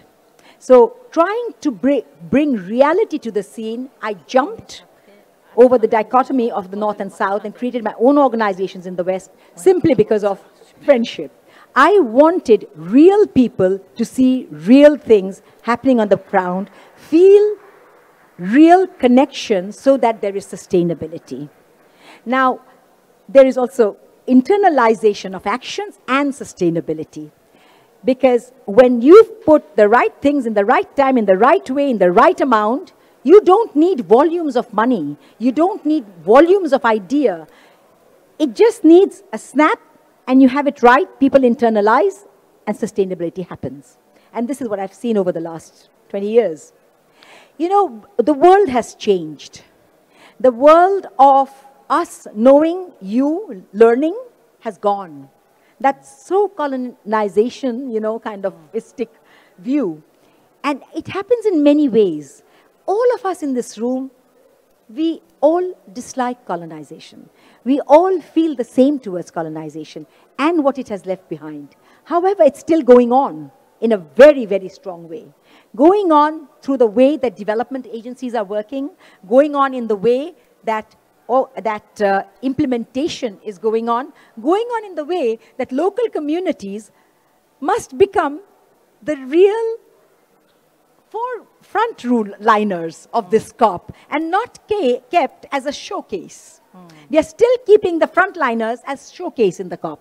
And we're talking about finances, billions of dollars. Nobody needs billions right now. We need to ensure that those people, millions, who are suffering today do not have cases against the companies and the governments who one day they will start feeling that they have been really been neglected by them, or it's their impact. And perhaps that fear that this should not be done may stop it. Perhaps 20 should start having a campaign, having some cases, And that would put the fear into companies, into countries, and perhaps we can tomorrow stop such a lot of total disrespect of this world that we live in. We share this world, as you very rightly said, we share this world with the plants, the animals, the microbes, the fish, life all around us, the birds, and humanity has taken it all. There needs to be respect. Without respect, how can there be equity? Equity not only in gender, but equity with every single life on this planet. This, unless we start from there, this deep respect, it is so difficult to sit in 3 or 4 steps in the COP and come to a solution. So I think here is something we really need to start, each of us, all of us together work towards. Thank you so much, Runa. And you haven't even spoken about the incredible projects that you're doing in Bangladesh, but maybe that's for another time, in so many different communities, but also the mangrove communities. And really, it's incredible what you're doing.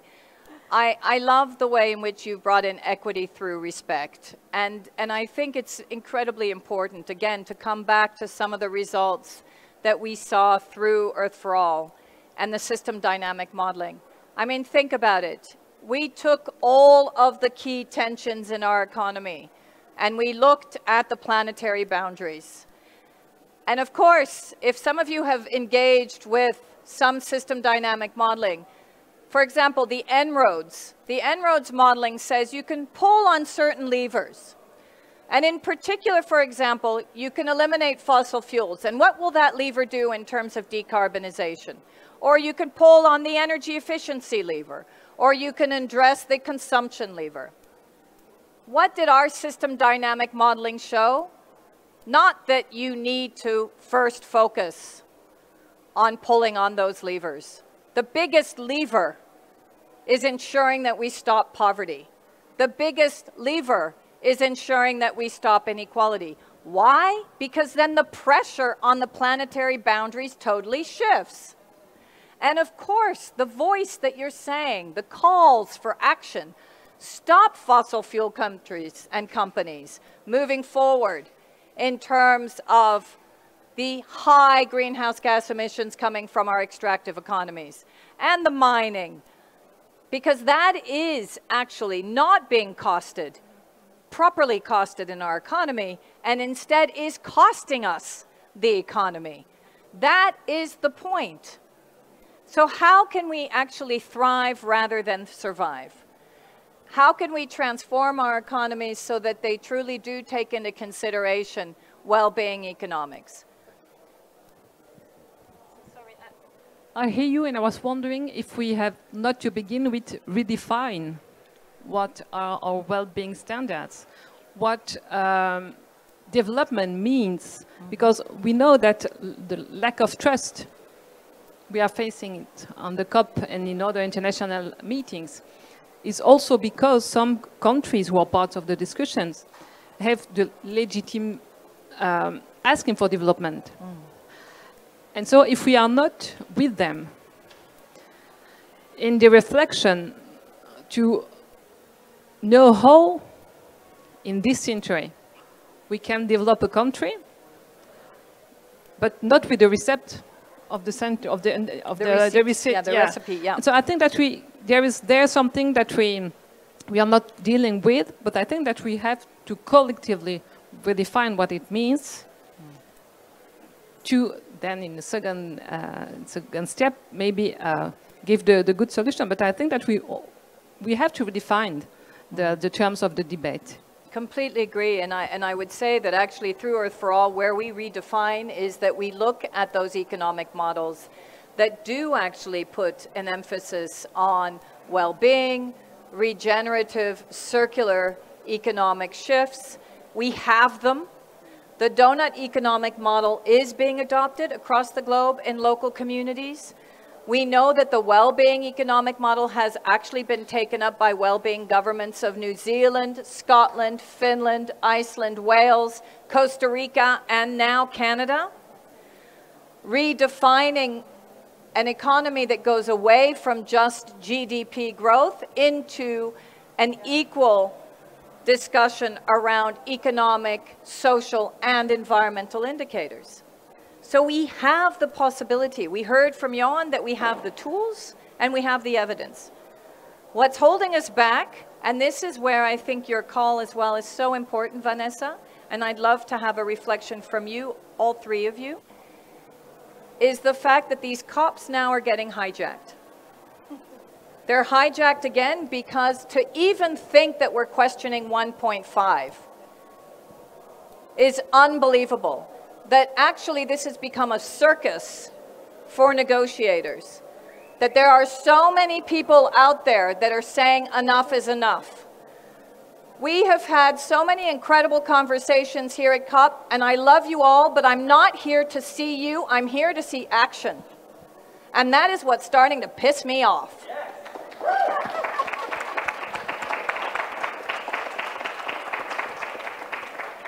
And we really do need to hold our leaders accountable and ourselves. If we are all here at the next COP, then we are actually part of the problem, unless we declare that we need clear solutions and action, and that the negotiations may lead to something.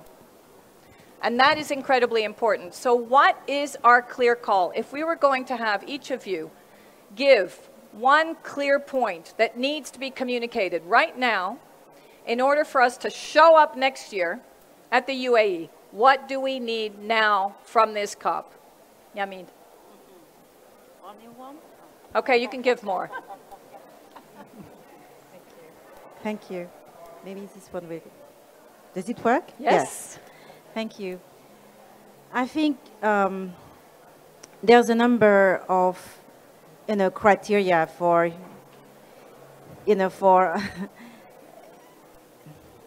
first of all, I think the fight and the accountability fight does not stop at this COP. It's before, it's during, and it's after.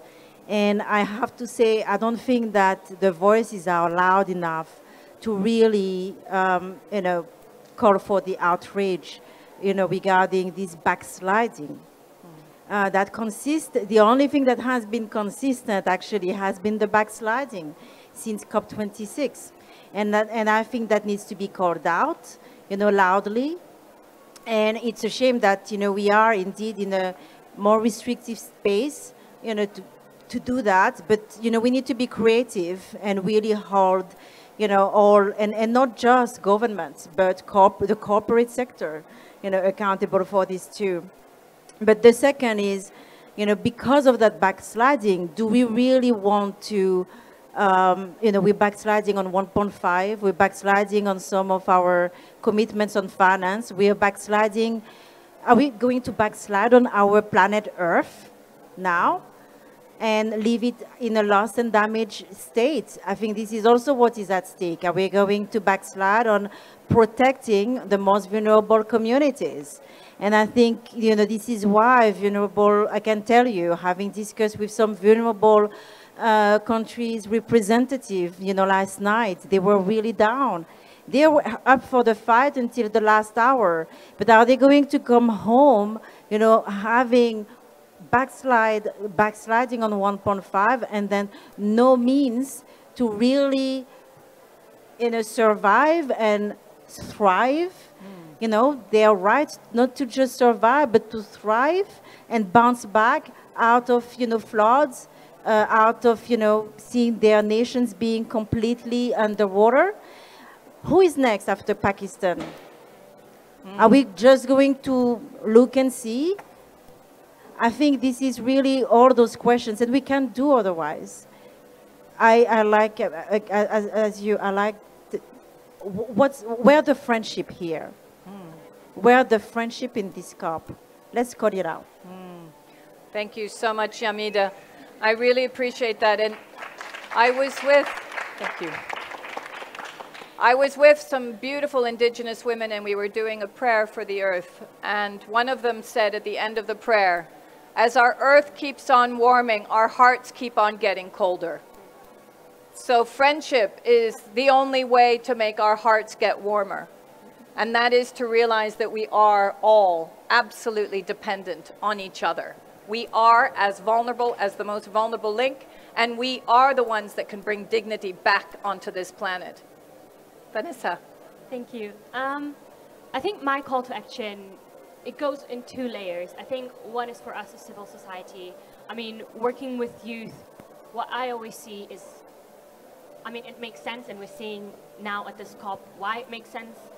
Most of youth feels really disempowered, and I think we're kind of stuck in a moment with activism. And that's not everyone. There are, of course, amazing groups out there that are doing radical work, and we're seeing it at this COP. It's really youth that is really pushing on ambition. But I do speak to a lot of young people that are kind of stuck on this awareness building. And I think around society, we need to move beyond that. We are all aware of the problem. I think we really need to realize that the political system, the way it's sold to us, it's something that is super, super distant from us, but it needs active participation. Absolutely. We need to be voting, we need to be protesting, we need to be organizing, we need to be speaking to our representatives. So I think, yeah, I mean, I echo what my colleague said. It just cannot stop at this COP. We need to keep going. We need to be speaking with our communities. So I would say that's a call for us. And when it comes to the organizations, institutions that are here present today, I would say it's all about youth engagement that is not tokenistic. I mean, I think youth has had a really beautiful space at COP. We've seen it with the Children and Youth Pavilion. But unfortunately, in a lot of institutions, there is still a lot of youth washing. There's very little meaningful engagement with youth. There's very little funding to youth. Young people are experts. They're putting their time. They're putting their bodies on the front line.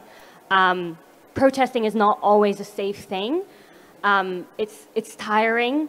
So I think young people really need to be valued for the work that they do, and they need to be compensated. Also because if we're not doing that, we are closing off spaces for those that don't have the privilege to do unpaid labor. So yeah, I think we really need to continue to push for youth engagement in a way that is not tokenistic. Thank you so much. And you're not tokens, not in my book in any case. As I said, you're the 50%, right? Hello, time to wake up here. Runa. Thank you. I think there are two things. One, what is happening there, the decision makers, I think the next COP, the decision makers should be amongst us, and the decisions should be made after they have listened to us, all of us. Okay, absolutely. Number one. Number two, this time, for next time, let's ask 20 of the best decision makers after 18th to come and say what have been the best ideas that have stemmed from the blue-green innovation zones. Can any of them repeat one? So what are we doing?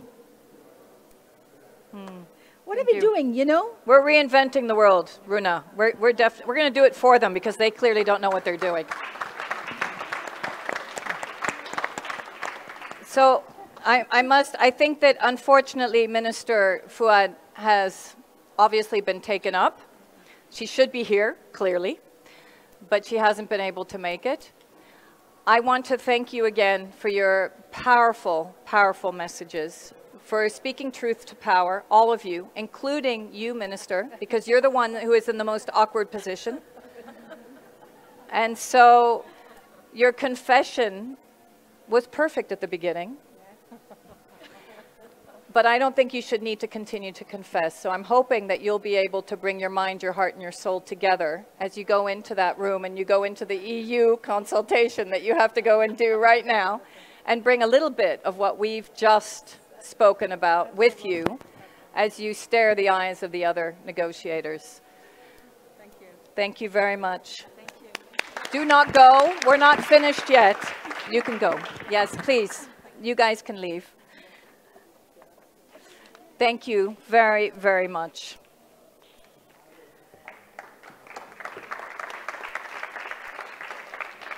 So we're not quite finished, but we're almost there.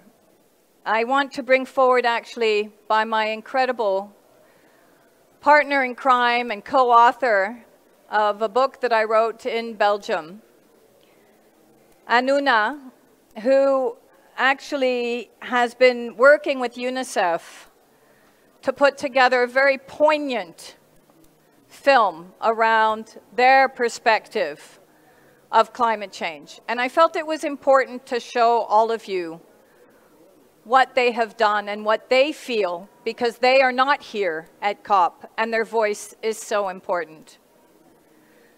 Anuna is our climate activist in Belgium alongside with Adélaïde Charlier. And what's beautiful about this story is that Anuna comes from Flanders, our Dutch-speaking region, and Adélaïde comes from our French-speaking region. And they came together through a beautiful friendship. When Anuna started protesting and becoming an activist, Adélaïde found out and said, we have to do this together. Because believe it or not, our political leaders keep on telling us that actually the Flemish part is different from the French part, and we all live in this tiny little country. And yet somehow they don't understand the word friendship. But these two girls did. And together with Princess Esmeralda, who, by the way, has been accused as a colonialist because she is actually the daughter of King Leopold, not the one who was the colonialist, she has also shown her incredible understanding of her past in showing, also in being part of friendship, but in showing her friendship and working with indigenous people and foundations across the globe. And so together the four of us tried to break through the intergenerational disconnect. And that is why I felt it was so important, Anuna, who's been struggling to find a place to show her film, that I should show her film today to bring that voice into this room. So I don't know if the film is ready and if we're able to show it. I hope it is.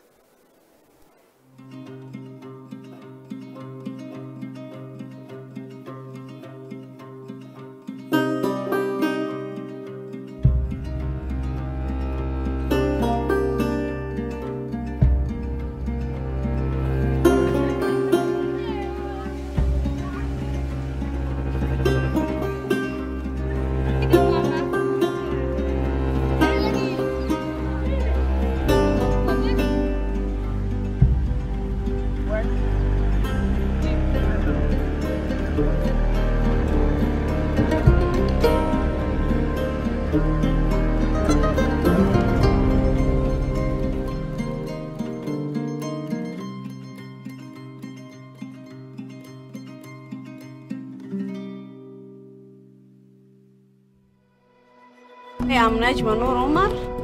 I am Wendy Ahonda. I am Hans Richard. Outside of the conferences and negotiations, we need the world to see what the climate crisis really looks like. The people of South Sudan have been surviving emergencies that most of the world hasn't heard of and couldn't imagine.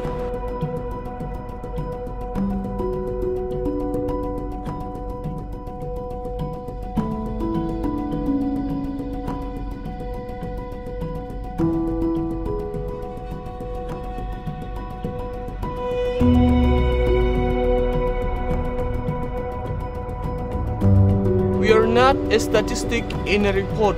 We are people living in a crisis we didn't create. You see this flooding here, it has caused the loss of many things. Our life here depends on livestock. So we depend on livestock, goats, cow, chicken, that all stuff, and they are all dead. We don't have homes. The ones who are here, they don't know where they can go. What can you do to them? What are you going to do to those people who has been displaced by flood?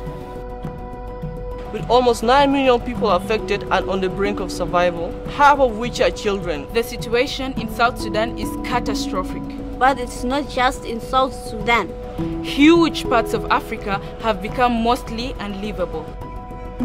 There is no way to predict when the floods will come and how severe they will be. Extreme weather events make food production impossible. The sickness is too much in this flood. We are all sick, and we also have a hunger because the flood destroyed everything. This is a result of humanity's exploitation of our planet's resources and each other. It is crucial that we listen to the voices of the people on the front line. floods in South Sudan has displaced millions of people and caused massive loss of lives and livelihoods.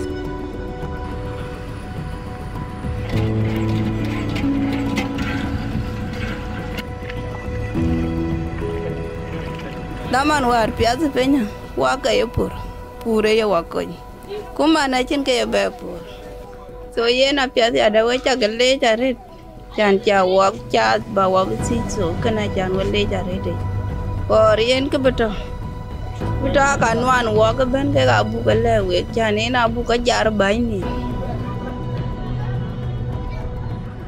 Children make up over half of the communities affected by the climate crisis.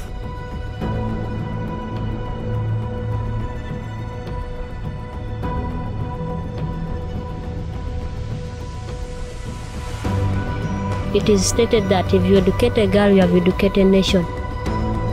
This issue of earlier marriage is not good for our girls. Let your girls educate so that you will have a better future. There are some of the children who are now at home. They have the interest of coming to school, and it is because of some crisis of climate and lack of other resources. For the whole world and Africa and South Sudan, I would like to say that take your children to school so that they have a better future tomorrow.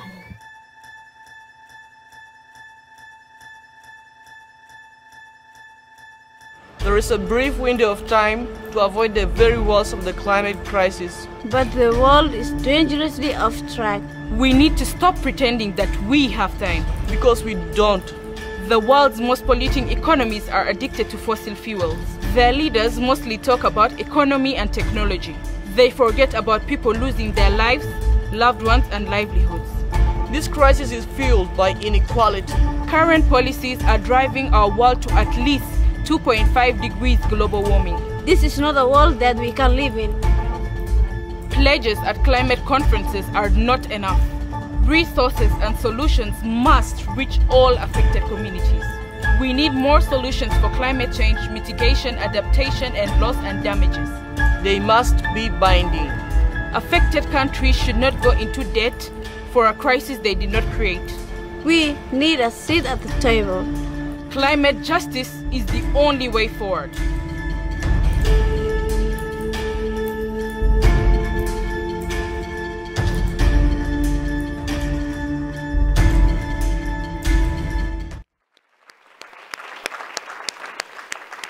I don't know about you, but I'm incredibly moved every time I see that film. Whew. And it reflects everything we've been talking about.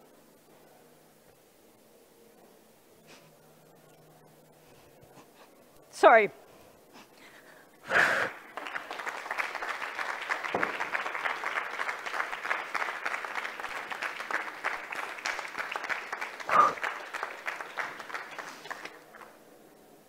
So now we're going to try to have a conversation. And clearly, sometimes we have to cry, right? It's pretty overwhelming. But we can't wallow in our tears, because then we can't look at them in the eye. And especially those of us who are in high-income countries. I'll get my shit together. Okay. So, what are your thoughts? Yes, please. Hi, I'm Ashley. I'm from Stop Ecocide International. And another beautiful movement. Thank you so much for everything that you do. You're welcome. Thank you for what you do. I was in a side event a couple of days ago with the UNFCCC asking about what we should do for COP28. And I just said it's pretty straightforward. You don't let any country attend unless they ratify ecocide as a fifth international crime. Otherwise, what the hell are you doing here? Mm. And the lady looked a little bit shocked. But I stand by it. Our founder, Jojo Metha, who's an extraordinary woman, Yeah. You can get me crying now. Yeah. No. Talks about us getting ecocide as the 5th international crime within 5 years. And I think that's too late. I've made a post.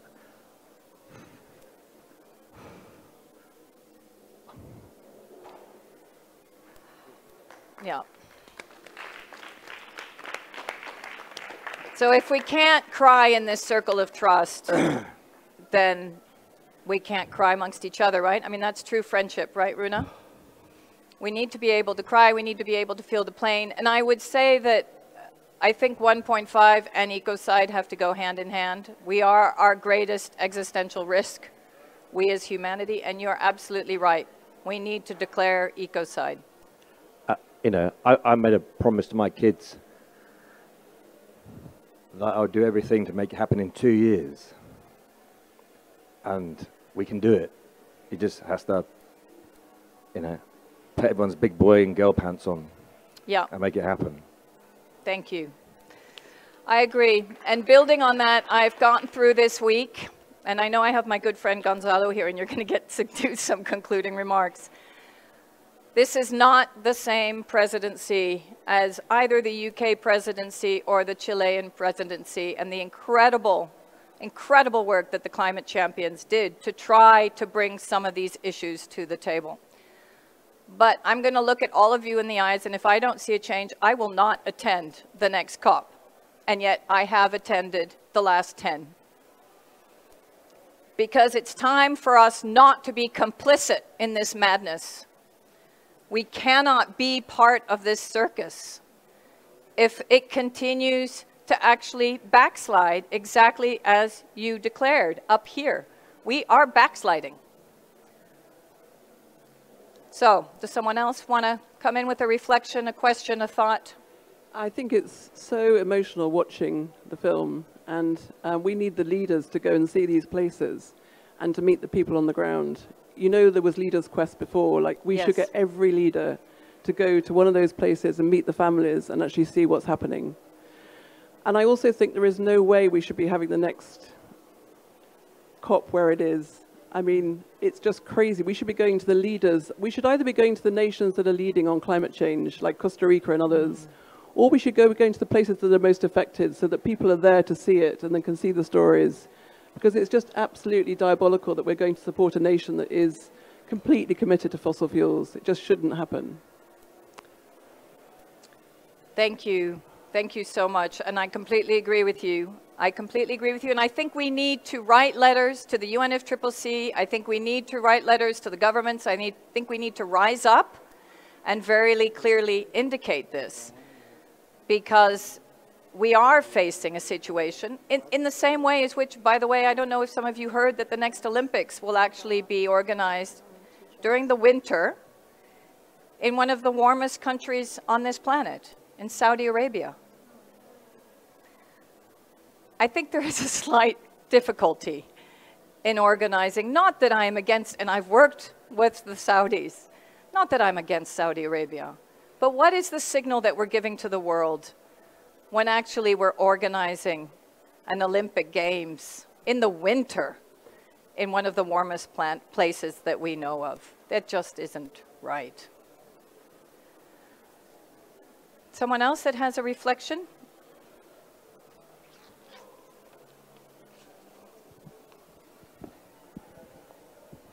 I just wanted to add something that I forgot to say up there. You might have heard enough from me already, but I think, and I mean, you mentioned it already, Sandrine, I think we really must commit to 1.5.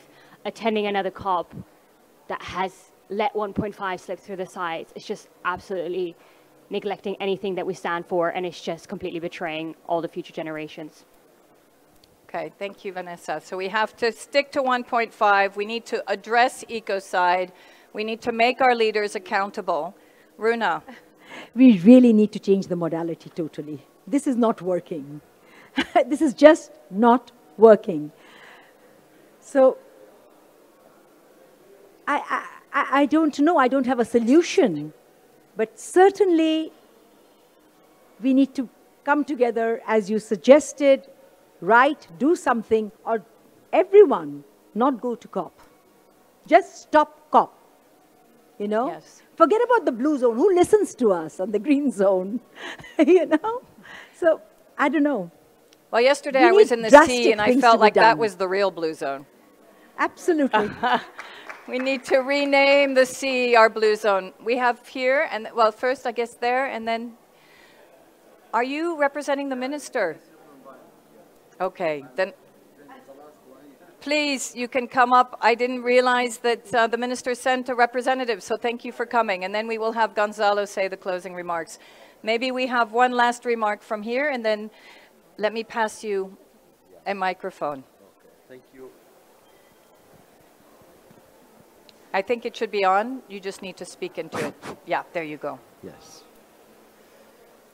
Please. So, yeah, thank you for inviting us, and I would like to convey the best regards of Her Excellency Dr. Yasmin Fouad for not being able to be joining us today. I'm Ali Abu Sinna. I'm the CEO of the Egyptian Environmental Affairs Agency and Minister Assistant for International Projects. So I'm happy to be with you to give you a message from the COP27 that we were working over the last 11 months to gather all international community representative here. So we were thinking about the slogan for this COP27, and we didn't find better than more going for implementation.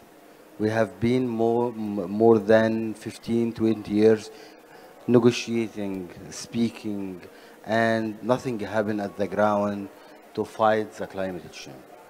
It's very clear that the most vulnerable countries are the developing countries. They are very affected. At the same time, they are the main resources for raw material, for water, for energy. So they are looking more or less for adaptation rather than mitigation. So this is why we were urging the leaders to support the negotiators and communities and other participants for some aspects to be highlighted. First, global goal for adaptation. We have to set this global goal for adaptation. We have to work together on the adaptations and the implementation of adaptation. Financing mechanism to be transparent and to be already allocated to the most vulnerable countries. This is a crucial. We have to act right now. There is now no doubt about the impact of the climate change. It is happening everywhere. In Europe, burning of forests, floods in Pakistan, you will see a lot of impact is going on. There is a new terminology have been developed right now called the environmental security, based on the climate impacts. So now we can sign conflicts between countries on the scarcity of water, scarcity of food. So this is happening right now, and we have to react very quickly. So this is the message that we would like to highlight and to push forward, going for adaptation, going for finance, transparency of finance, transfer of technology to countries that they would like to really be part and adapt with the climate change. This is something very crucial as a hosting country for COP27. So this is something that we were arguing for the first time. We were putting loss and damage into the agenda of the climate change. This will never happen before, and it was really a lot of reluctance to do this, but now it's a fact. It is in the agenda, will be more discussed, so, and more more elaborated. So what I would like to say also, what is very important to react to the climate change, you have to be more innovative in our solution. We have to find the appropriate solution, natural-based solution, whatever it is, should be really highly supported. So we urge the leaders to push the negotiations at the ground, because now it is much cheaper to work, other than the disasters will coming very, very soon. So this is why I'm happy to be with you today, to give you the overview, the message from COP27, that Egypt with gathering countries to work together now from commitment for implementation. This is the way that we can all feel as citizens worldwide. We need to have a real action at the ground. This is something very crucial. All economists and have been modeling this. They said, if you are not doing it right now, if you are not turning the climate change into the opportunity for investment, it will be much, much expensive in the future to be in this earth. So it's our earth. We would like to be really reacting very quickly, and this is the message that we would like to transfer to all countries. And you can say how 121 leaders will be here in Egypt. We have today more than 40,000 participants are there. We are happy that all discussing this. It's a common value, it's a common future, and it's a whole responsibility, but differentiated between developing and the developed country. But by the end, either to be on this earth, either to not to be able to continue with this. So this is the message I would like to share with you, and thank you for inviting us. Thank you very much. May I ask you just a couple of questions? So you came in at a very emotional time, because we just saw a film in South Sudan, young people indicating that their voices are not being heard by the negotiators. We also heard from everyone that 1.5 is the basis. It cannot be renegotiated. That we have to stop just talking. If this is truly going to be the implementation COP, and I know that's what you want it to be, we have to see progress in the negotiating room. Most of us that have participated in this COP are feeling that actually the negotiators have forgotten that the planet is burning. What is your feeling about this? Exactly. I'm coming from the country which was most vulnerable to the climate change. We are really in a danger to lose our delta. Delta is a feedstock to the Egyptian. So this is something we can feel it very much. This is why I'm saying we have to bridge this gap between the negotiators and the leaders. There have to be a political will and transfer your voices for NGOs, for other non-governmental parties, that we are in a very critical situation. And this is the role. As a host country, we have to be unbiased, as you know, by the hosting. But what we try to do to explain and give the figures and say how it's very difficult for us to be in this situation. We are representing Africa, by the way, but in this COP. So we have a crucial situation. We are looking for more adaptation. I'm not saying about mitigation. Even to be alive, you need adaptive. And as you know, the adaptation, it is not a bankable project. It's just to protect yourself, to protect the delta, just to be alive, not just to mitigate the carbon, CO2 or whatever.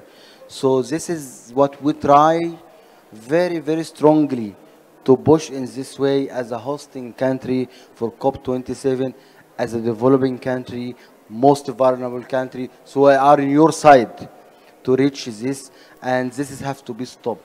They have to listen to this.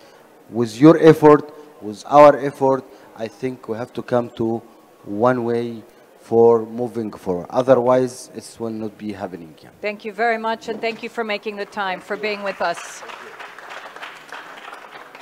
May I ask my dear friend, Gonzalo Munoz, who's been with us the whole time. Yes, did you want to say something?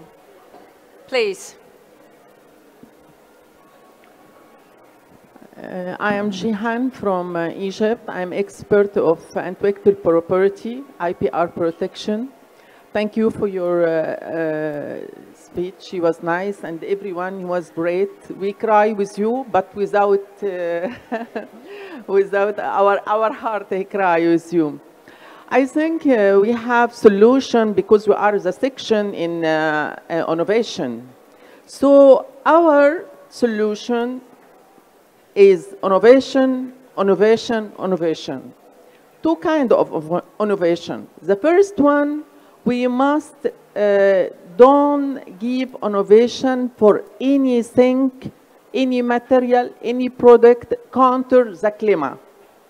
This is very important because if you go very far from the past, you will find many innovation. She make many bad things for the climate, and we don't have the experience. It's like they make tests for the people, for Oman. Second thing, we must create a new innovation, friend with climate, to think outside the box. Because if we think all the world is think inside the box, we will not make nothing. But we try to encourage the innovator person. He can make innovation friend with the climate. Thank you so much. Thank you very much. And let's remember that innovation is not just technology. Innovation is we need to be innovating in our economies, across systems, our financial system. We need to bring in technology. We need to ensure that we enhance people's lives and livelihoods for people, planet, and prosperity. And this is a perfect juncture to bring in Gonzalo, because Gonzalo was elected a climate champion. And what was the role of the climate champions through the Marrakesh Partnership? It was to do just that, to start to think through what are the innovative pathways? What can we do? How can we look at new thinking outside of the box? The beauty of the relationship between the Chilean and also the UK government in setting this up was a deep friendship, because I know that you and Nigel became very close. And from that friendship came so much new thinking. So Gonzalo, you've been here, and I appreciate the fact that you've been here the whole 2 hours. What are some of your thoughts in terms of what you've heard? What for you is transformational leadership and a transformational economic model? It'll come.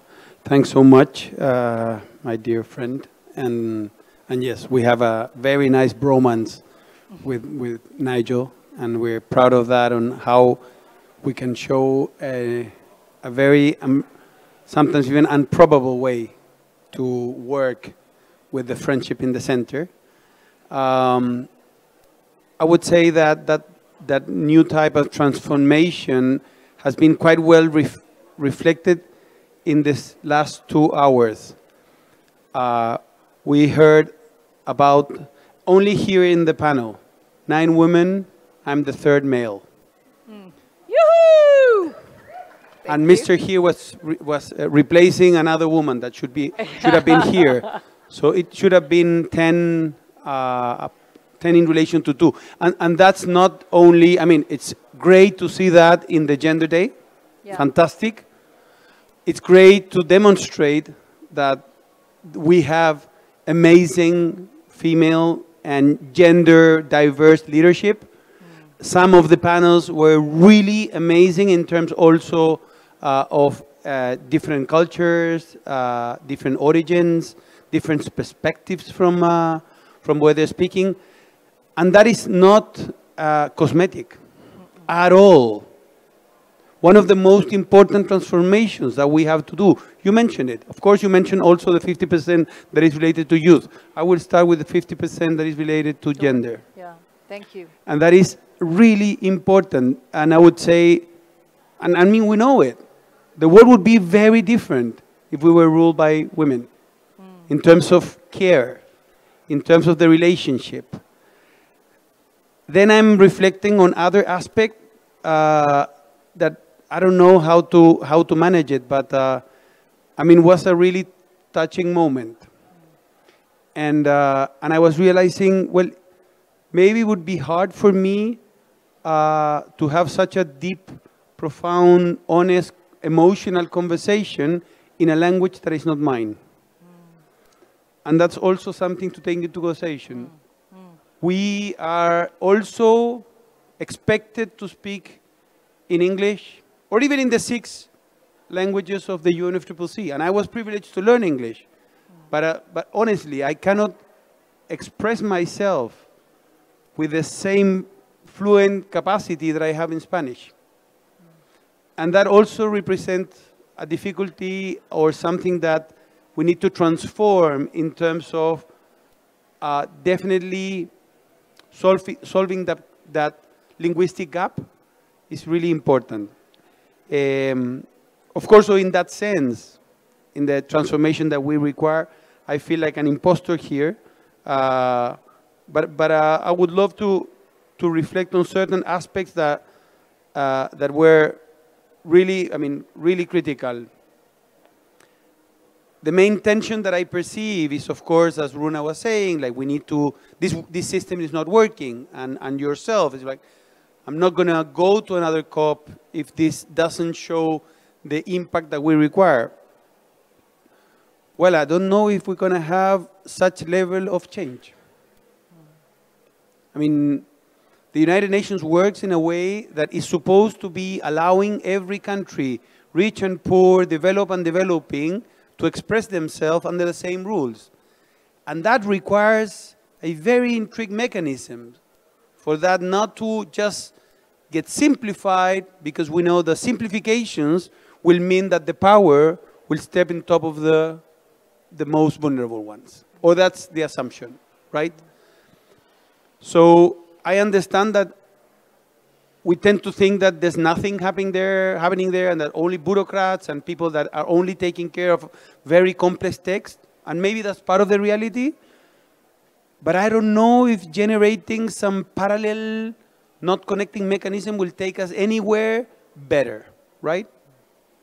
So I think that we also have to be much smarter, again going into language, which is their language. So what would we have to do for them to be much more interested on what is happening here? And there are certain very structural reasons. We're here outside of the blue zone, or you like it or not. That's the place where they negotiate. And we are here invited to be participating in their meeting.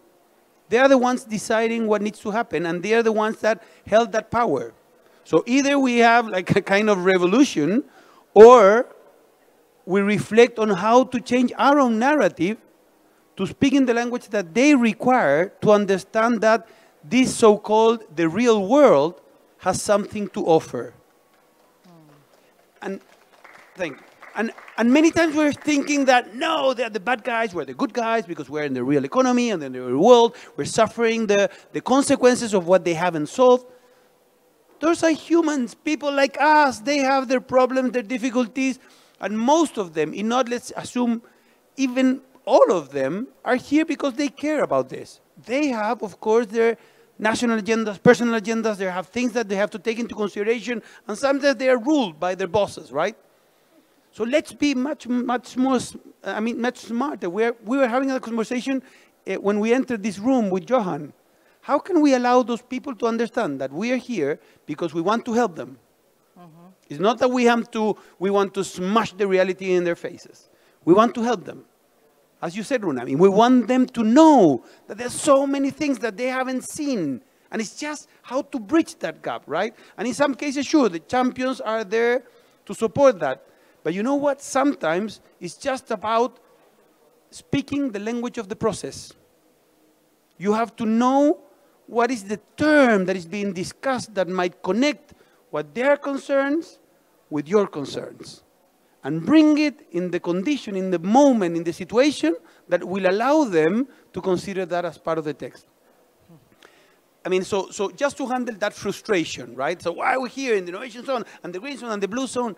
We're on just one planet and we have that tool. Let's use it in a much smarter way. But then the rest is, what do we do on a daily basis?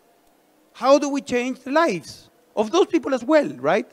So it reaches to a moment when I say, Okay, and what happens if they don't progress? Will they stop us from doing what we have to do? No. We held a lot of power. You are people that are really influential. All of us are privileged people that have a capacity of changing the world in many, many ways, many interactions. We know others.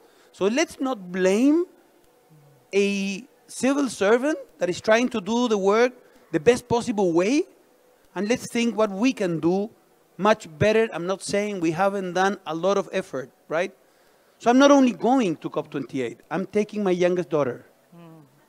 I want her to be with me, and I want her to see how much we too can do together in order to change the reality.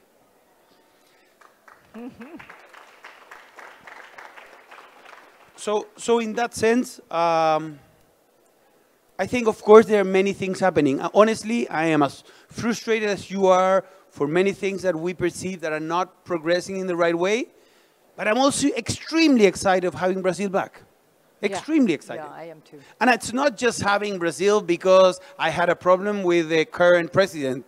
It's mostly because I know the influence that they will have into one of the most important regions of the world. It's not only about having the capacity of all of us sharing our thoughts and interests of preserving and enhancing the richness of the Amazon, but also you cannot even imagine how the importance that will have also in the rest of Latin America, in the rest of the world. That will allow us to, let's celebrate the 4 years we have ahead. So each of you, what are you going to do with Brazil?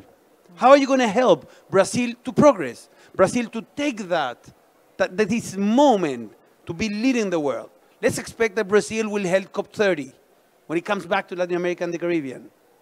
So I think that we are in the moment of this transformational leadership that requires that connection with the global challenges, and we have to understand them, not just judge them, not just try to interpret them, understand them, right? And some things we don't like, but let's understand them.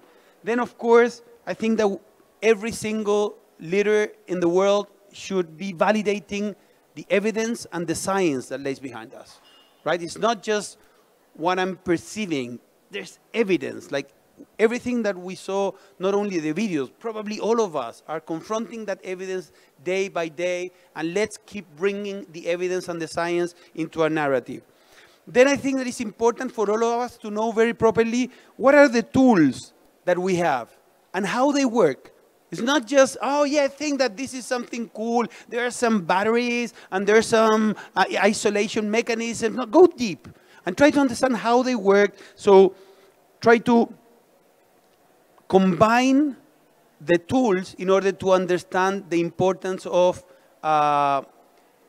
interconnectivity or interrelationship between humans, between technologies, between challenges, between regions, right? Know the tools and then, oh, okay, so this relates to another one.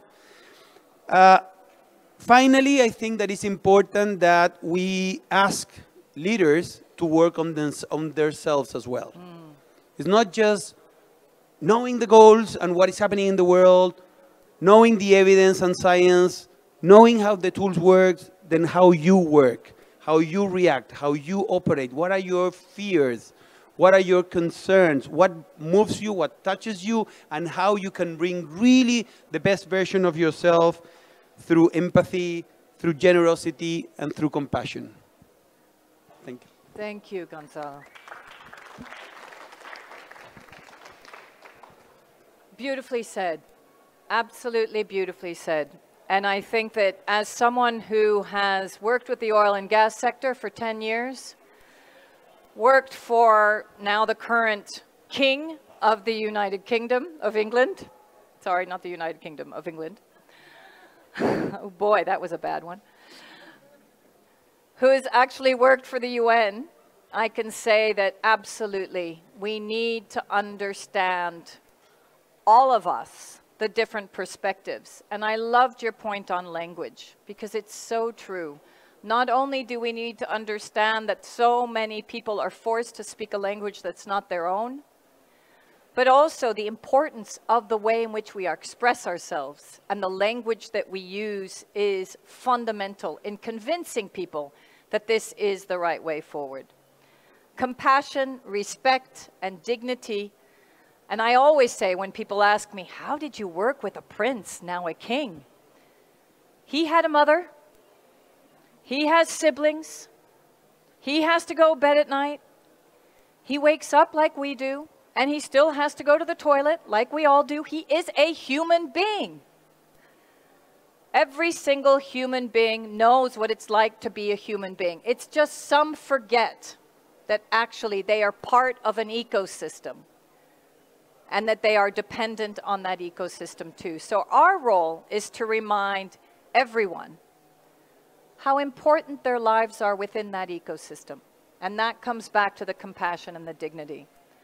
And I agree with you. I really, really hope that we will all go to COP with our heads held high, supporting our leaders so they understand once again why this is so fundamental. Give them the tools and the toolbox that they need to make the right decisions so that we don't waste any more time. We all deserve that. The world's most vulnerable deserve that. And our planet, most of all, Mother Earth, deserves that. So I'm going to bring in all of those empty chairs, the indigenous people that are not here, the vulnerable people that are not here, the voices of the youth that we heard, the voices of the youth that were here, the incredible women that are on the front lines, the leaders that are sticking their necks out, so many policy leaders that do stick their necks out, and those that have not been able to have a voice. And I hope that you can hear those voices in your head as we move out and remind others to hear those voices. And let me thank Laura, my colleague, who has really helped us pull all of this together. Let me thank Sophie, who gave us this opportunity, and Kite for bringing us here today. And let me thank all of you for crying with me and supporting my tears. Thank you. Thank you, Sandrine. Thank you, Gonzalo. There's not much to add after so many words of wisdom, but I just really want to thank you, Sandrine, for holding the space the way you did. You brought your incredible expertise, energy, emotion, and by doing so, you allowed us to all feel the way we feel. So thank you for that.